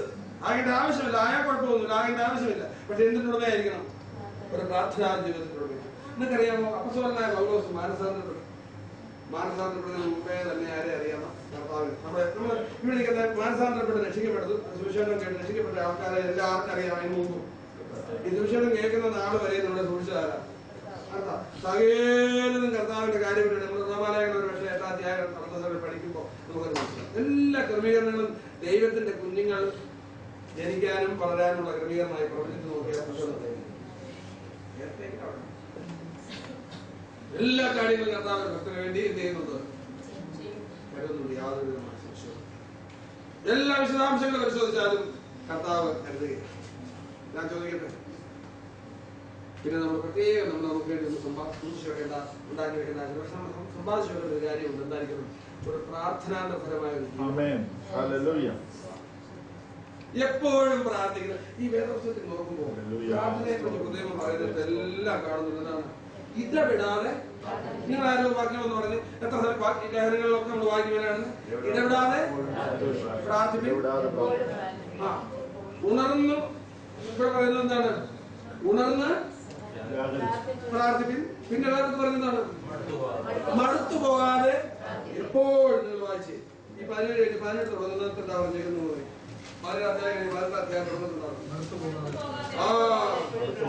അതൊരു പ്രശ്നം. മടുത്തു പോകാതെ എന്ന് പറയുന്നത് keep on praying. Keep on praying. ഇതിപ്പോ എന്റെ സമയത്തിൽ ആർക്കൊന്നും അറിയത്തില്ല. ഈ രണ്ടാമത്തെ ടെസ്റ്റിലേക്ക് നമ്മൾ നടക്കുന്നുള്ളൂ. 18 ഞാൻ പറഞ്ഞത് 20 എത്ര വരെയുണ്ട്? 21-ന്റെ 36 വരെ ഈ കാര്യങ്ങൾ അനേക കാര്യങ്ങൾ പഠിക്കാം. ഇതൊരു അടുത്ത ഒരു പഠന വിഷയമാണ്. പ്രാർത്ഥിക്കാൻ പറഞ്ഞേച്ച് ഒരു ഉദാഹരണം കർത്താവ് കാണിക്കുന്നത്. അത് പാരബിൾ. എപ്രകാരം പ്രാർത്ഥിക്കണം, ഹൗ ടു പ്രേ, അതാണ് ഇവിടെ കാണിച്ചിരിക്കുന്നത്. എന്താണത്? അതിനുവേണ്ടി താരം ചെയ്തൊരു പാരബിൾ പറഞ്ഞു. ഇങ്ങനെയാണ് പ്രാർത്ഥിക്കുന്നത്. ഞാനൊന്ന് സ്കാൻ ചെയ്തപ്പോ എപ്പൊ എന്താ പറഞ്ഞേക്കുന്നത് നോക്കി. അവിടെ ഒരു സംഭവമാണ് വെച്ചിരിക്കുന്നത് അല്ലേ? ഒരു ന്യായാധിപനും ന്യായം പാലിച്ചു കൊടുക്കുന്ന ഒരു വ്യക്തിയും ഒരു വിധവയുമാണ് അവിടുത്തെ കഥാപാത്രം. ഈ 2 പേര് അവിടെ നിൽക്കുക. നോക്ക്, അവിടെ പറഞ്ഞേക്കുന്നത് നമ്മളെ അത്ഭുതപ്പെടുന്ന രീതിയിലാണ്. ഒരു കാരണവശാലും നീതി നടത്തുന്ന ന്യായാധിപൻ. എന്താ ന്യായാധിപന്റെ സ്വഭാവം? മനുഷ്യരെ പേടിയില്ല, ദൈവത്തെ ചങ്കയും എന്ന് പറഞ്ഞാൽ കള്ളനും കൈക്കും. ഇതെഴുതുന്ന കാലത്ത്, ഇരുപത് കാലത്ത് എവിടോട്ട് നോക്കിയാൽ ഈ മൊബൈൽ ഫോട്ടോ കൊണ്ടുവന്നത്. അതായത് കോടതി ഇങ്ങനെ ഒരു പ്രത്യേക ഒരു സ്ഥാനത്ത് ഇങ്ങനെ ആളുകൾ വന്നിരിക്കും. കസേരയൊക്കെ ഇരിക്കുമ്പോൾ ന്യായാധിപൻ വന്നിരിക്കും. ന്യായാധിപന്റെ വാർത്തക്കാരുണ്ട് കുറെ പേര്. അവരെല്ലാം വന്നിരിക്കും. തെരുവിൽ ആൾക്കാർ വന്നിരിക്കും വ്യവഹാരമായിട്ട്. അപ്പൊ അവന്മാരെ ചില്ലറ മേടിക്കും. വഴി നിൽക്കുന്നവർ ചില്ലറ കൊടുക്കുന്ന ആളെ മറ്റേ ഇത് മേടിച്ച് ടോക്കൺ രാവിലെ വരെ വന്നിരിക്കുന്ന ആൾക്കാർ അവിടെ നിൽക്കും. കൈക്കൂലി മേടിക്കുന്നവന്മാര് മേടിച്ചിട്ട് ന്യായം എടുത്തു വരും. അയാൾ ബാക്കിന്റെ മേടിക്കുന്നതിന് മൊത്തം ഓഹരി അവസരം കൊടുക്കുന്നുണ്ട്. ഇപ്പോഴത്തെ ന്യായന്മാരുടെ പോലെ തന്നെ അന്നും എല്ലാം കഴിഞ്ഞ് കോടതി എഴുതിട്ട് സംഗതി വിധിക്കും. വൈകിട്ട് കിട്ടുന്ന മൊത്തം പൈസ നല്ല പേര് ആരും മേടിക്കും, ന്യായം മേടിച്ചു കൊടുക്കും. ഇതായിരുന്നു അന്നത്തെ കാലം. അതാണ് ലൂക്കോസ് എഴുതിയത്. അപ്പോ ഈ അടുത്ത ആള് വിധവ വേറെ രീതി. അന്നത്തെ കാലം ഒരു വിലയില്ലാത്ത, യാതൊരു റൈറ്റും ഇല്ലാത്ത, നിയമത്തിൽ നമുക്കറിയാം അടിമകൾക്ക് ഒരു രാജ്യത്ത് ഈ 1-ാം നൂറ്റാണ്ടിലൊക്കെ അടിമകൾക്ക് യാതൊരു അവകാശവും ഇല്ലാത്ത റോമിലല്ലേ, റോമൻ നിയമത്തിന്റെ ഒരു പരിരക്ഷ ആരും കിട്ടത്തില്ല അടിമകൾക്ക്. അതുപോലെ ഈ കാലഘട്ടത്തിൽ ഒരു സനദ്രീൻ കോടതിയിലോ അല്ലാത്ത കോടതിയിലോ റോമൻ കോടതിയിലോ ഒരു വിധവയ്ക്ക് എന്തില്ല, ഒരു റൈറ്റില്ല. നമുക്ക് സാഹചര്യം രണ്ടും വൈരിച്ചു നിർത്താനല്ലേ. എന്നിട്ട് എന്ത് ചെയ്തു? അതാ ഈ കഥ പറഞ്ഞിട്ടുള്ളത്. ഇങ്ങനെ ആയിട്ട് കൂടി എന്ത് ചെയ്തു? അവള് പ്രാർത്ഥിച്ച ആ പ്രാർത്ഥനാ ശൈലി കൊണ്ട് അവൾ ഉദ്ദേശിച്ച കാര്യം. എന്നിട്ട് അതാണ് ചോദിക്കുന്നത്, അനീതിയുള്ള ന്യായാധിപൻ പറഞ്ഞത് കേൾപ്പീരെന്നാണ് പറഞ്ഞിരിക്കുന്നത്. 6-ാം വാക്യം, രാപ്പകൽ തന്നോട് നിലവിളിക്കുന്ന തന്റെ വൃതന്മാരുടെ കാര്യത്തിൽ ദീർഘക്ഷമയുള്ളവനായാലും അവരെ പ്രതിക്രിയ നടത്തി രക്ഷിക്കുന്നു. നിങ്ങൾ നോക്കിയേ, അതാരാണ്? ദൈവമോ. ഞാൻ ഇന്നലെ പറഞ്ഞു കോൺട്രാസ്റ്റ് എന്ന് പറയുന്ന ഒരു കാര്യമുണ്ട്. വേദോസം പഠിക്കുമ്പോൾ കോൺട്രാസ്റ്റിംഗ് ഒരു കാര്യം പറഞ്ഞിട്ട് അങ്ങനെ അല്ലാത്ത ഒരാളെ കുറിച്ച് പറയുമ്പോൾ എന്ത് ചെയ്യും അല്ലെ? ദൈവമോ അല്ലെങ്കിൽ യേശുവോ അല്ലെ? സാധാരണ കുരിശ കിടക്കുന്നവർ പ്രാർത്ഥിക്കാതില്ല, രാവിലെ നിലവിളിക്കില്ല. പക്ഷെ യേശുവോ അല്ലെ എന്നാണ് അങ്ങനെ പറയുന്ന വാക്ക് കോൺട്രാസ്റ്റിംഗ്. അപ്പോൾ ഇവിടെ കണ്ടു, നേരെ അവതരിപ്പിച്ചത് കൈക്കൂലിക്കാരൻ കള്ളനുമായവൻ, ഒരു റൈറ്റും ഇല്ലാത്ത പ്രാർത്ഥനക്കാരൻ. എന്നിട്ട് സാധിച്ചെടുക്കാമെങ്കിൽ പ്രാർത്ഥനാസ്വരം ശ്രമിക്കുന്നത് എങ്ങനെയാണ്? ഇന്നലെ കേട്ടത് ദൈവത്തിന്റെ പേരെങ്ങനെയാണ്? പ്രാർത്ഥന കേൾക്കുന്നവനായുള്ളോവേ. ദൈവത്തെ വിളിക്കുന്ന എത്ര ബഹുമാനത്തിന്. ദൈവത്തിന്റെ പേര് തന്നെ എന്താണ്? പ്രാർത്ഥന കേൾക്കുന്നത്. പ്രാർത്ഥിക്കുന്നവരെ അവിടുന്ന് റെഡിയാണ്. ഞാൻ ഈ പുറകെ നടന്നൊന്നും വേണം. എന്നിട്ട് നോക്കി നമ്മുടെ പ്രിയപ്പെട്ട ഇവിടുത്തെ പ്രാർത്ഥനാ ശൈലി എന്താണ്? രാപ്പ എന്ന് പറഞ്ഞാൽ വാക്കിന് എന്താണ്? ഇതിന്റെ എല്ലാ അർത്ഥവും ഒന്നേ ഉള്ളൂ. ഇന്ന് എല്ലാ പണിയെടുത്ത് പായ തന്നെ ഇരിക്കണം അല്ലെ എന്നൊക്കെ പറഞ്ഞ സൗകര്യമാർക്ക് വേണ്ടി ആഹാരം ഉണ്ടാക്കാൻ നിൽക്കുന്ന കാര്യമൊന്നുമില്ല. അങ്ങനെയൊന്നും ഇരിക്കുന്ന കാര്യമില്ല. അതല്ല ഉദ്ദേശിക്കുന്നത്. എന്ന് പറഞ്ഞ ഒരു പ്രാർത്ഥനാ ജീവിതം എന്ന് പറഞ്ഞാൽ എന്താണ്? എപ്പോഴും വേറെ അന്യായ ചിന്തകൾക്ക് ഒന്നും ഹൃദയം മോശമാണെന്ന് പറഞ്ഞു. അതിനകത്ത് എന്തെല്ലോ കുഞ്ഞു വരും നമ്മൾ സ്കാൻ ചെയ്ത് പ്രാർത്ഥിക്കുന്ന ഒരു മനുഷ്യന്റെ ജീവിതത്തിലെ ഇതിനെ അതിജീവിക്കാനുള്ള പാവത്തെ അതിജീവിക്കാനുള്ള വഴി എന്താണ്? പ്രാർത്ഥിക്കുന്നവൻ പാവത്തെ പുറത്താണ്, പാവം ചെയ്യുന്നവൻ പ്രാർത്ഥനയെ പുറത്താണ്. ഒരാൾ പ്രാർത്ഥിക്കുന്നേ ഇല്ല എന്ന് പറഞ്ഞാൽ ഓർത്തോ എന്താണ്? ഇത് ഞാൻ പറയുന്നത് വേദോസത്തിൽ ദൈവത്തിന്റെ ഭക്തന്മാരെ കുറിച്ച് പൗലോസിന് മാനസാന്തരപ്പെട്ട് എഴുതിയച്ച് അനന്യാസ് എന്ന് പറയുന്ന ഒരു മനുഷ്യനെ സ്നാനപ്പെടുത്താനും പറഞ്ഞു കൊടുക്കാനും ഒക്കെ ആയിട്ട് വിടുക. അപ്പൊ ഒരു വഴി പറഞ്ഞു കൊടുത്ത ദൈവം എന്താ പറഞ്ഞിട്ടുള്ളത്? അവൻ പ്രാർത്ഥിക്കും. He is praying. He is praying. അതാണ് അതെ. കർത്താവ് വല്ല അനുഗ്രഹമായിട്ട് നമ്മളെടുത്ത് ആരെയും വിടുന്നെങ്കിൽ കർത്താവ് പറഞ്ഞു കൊടുക്കുന്ന വഴി ഏതാണ്? അവൻ പ്രാർത്ഥിക്കും. അവിടെ ചിലപ്പോൾ കിടന്ന് ഭയങ്കര ഊർജ്ജം വരച്ച് ഉറങ്ങുവാണെങ്കിൽ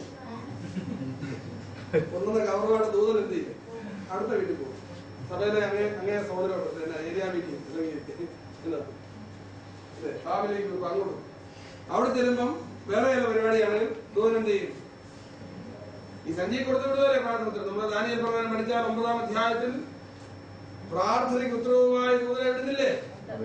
ഓ അന്ന് തന്നെ ഉണ്ടെന്ന് ദൈവം അന്നേരം തന്നെ ഉണ്ടെന്നുണ്ട്. പക്ഷെ പിടിവലിയുണ്ടല്ലേ, വഴി തടച്ചിട്ട് ഇന്നത് ദൈവമൊക്കെ പ്രാർത്ഥിക്കുന്ന ഉത്തരം താമസിക്കുന്ന കാര്യം ഒരു കാര്യം എന്താണ്?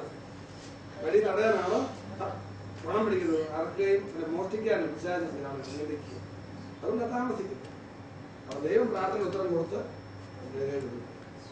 ഇവര് നമ്മളെ കുറിച്ച് കർത്താവ് അഡ്രസ് പറഞ്ഞാൽ പറയട്ടെ, ഓ ഷീ ഈസ് പ്രേയിങ്. ഇങ്ങോട്ടല്ലേ ദൂത? ഓ അനന്യാസിന്റെ മെസ്സഞ്ചർ അല്ലായിരുന്നു, ദൂതനല്ല. ദൂത് വലിച്ചോണ്ട് പോവാ നീ അങ്ങോട്ട് പറഞ്ഞു. She is praying. പ്രാർത്ഥിക്കാൻ പ്രിയപ്പെട്ട ചരിത്രം നോക്കുമ്പോൾ കർത്താവിന് ചോദ്യം ചോദിച്ചു. കർത്താവിന്റെ പരിപാടി 8-ാം വാക്യമാണ് 18-ന്റെ. വേഗത്തിൽ വളരെ വളരെ ഫാസ്റ്റാണ്. വേഗത്തിൽ പ്രാർത്ഥിക്കുന്നവർക്ക് ഉദാഹരണം എങ്ങനെയാണ്?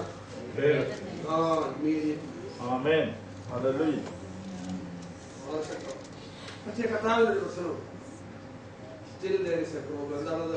8ന്റെ അവസാനം എന്താണ്?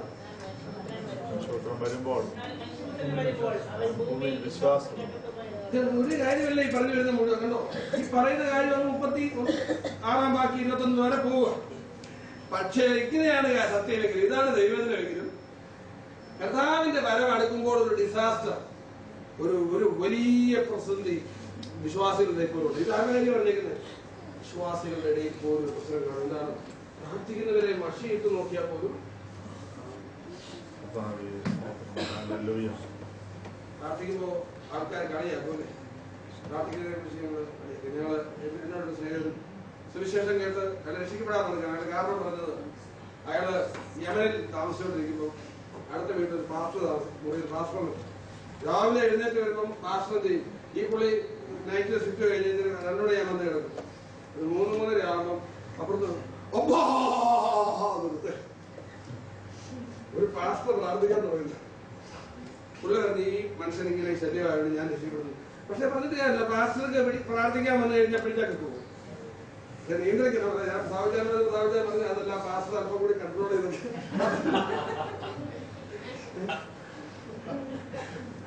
അത്രയും വലിയ പ്രാർത്ഥനയാണ്. അത്രയും പറയണ്ടാവും. ഉള്ള പ്രാർത്ഥിച്ചിട്ട് വരുന്ന ഇരിക്കുന്ന സ്ഥലമാണ് അത് വന്നത്. കർത്താവിലേക്കും അപ്പ ഞാൻ സ്വർഗത്തോടും നിന്നോട് അപ്പാന്ന് പറഞ്ഞാൽ അപ്പ അല്ല പിതാവേ, മൈ ഫാദർ എന്ന് പറഞ്ഞാലും ദൈവം കേൾക്കും. ഇനി മനുഷ്യന്റെ പ്രശ്നം എന്താണെന്ന് വെച്ച് കഴിഞ്ഞാൽ നമ്മളെല്ലാം ഈ ശൈലികളിൽ കുടുങ്ങിപ്പോണ്ട. ഒരു ശൈലി ആവർത്തിച്ചാലേ പറ്റുന്നില്ല. നമുക്ക് ഇങ്ങനെ ശൈലിയാണ് ചെയ്യാം. പക്ഷെ പുറത്തോട്ട് ശബ്ദം പോകാത്തതാണ് പാട്ട് ക്രമീകരണം എടുത്തിരുന്നു. നമ്മുടെ ശബ്ദം കൊണ്ട് നമ്മൾ പ്രാർത്ഥിക്കുന്നത് വേറെ അരോചകമാകുന്നെങ്കിൽ ശബ്ദം നിയന്ത്രിക്കാം. പക്ഷെ പ്രാർത്ഥന നടത്താൻ പറ്റില്ല. അതുകൊണ്ട് ഞാൻ പറയും, അപ്പാന്നോ ഒപ്പാന്ന് വിളിക്കാൻ പറ്റിയ സ്ഥലം കണ്ടെത്തും. അല്ല മാറ്റല്ല. എനിക്ക് ചില സമയത്ത് ഇങ്ങനെയാ പ്രാർത്ഥിക്കാൻ വന്നു കഴിഞ്ഞാൽ വല്ലാതെ പ്രാർത്ഥിക്കും. വീട്ടിൽ എന്റെ ഭാര്യയ്ക്ക് പോലും ഞാനൊന്ന് ഉറങ്ങട്ടെ.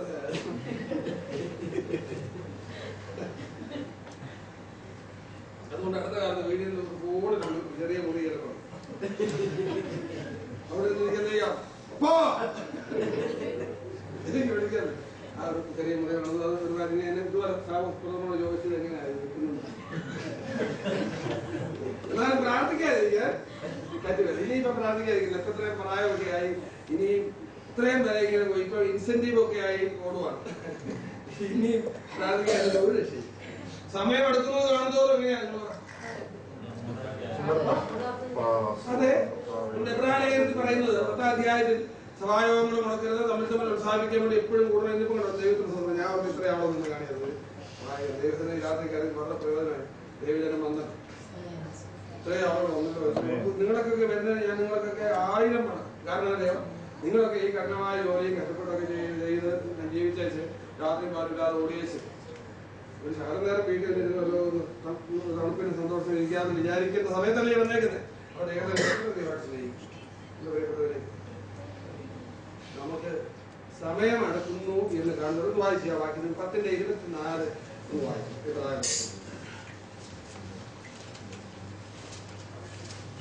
ചിലർ ചെയ്യുന്നത് പോലെ നമ്മുടെ സഭായോഗങ്ങളെ ഉപേക്ഷിക്കാതെ തമ്മിൽ പ്രബോധിപ്പിച്ചുകൊണ്ട് സ്നേഹത്തിനും സൽപ്രവർത്തികൾക്കും ഉത്സാഹം വർദ്ധിപ്പിക്കാൻ അന്യോന്യം സൂക്ഷിച്ചുകൊള്ളുക.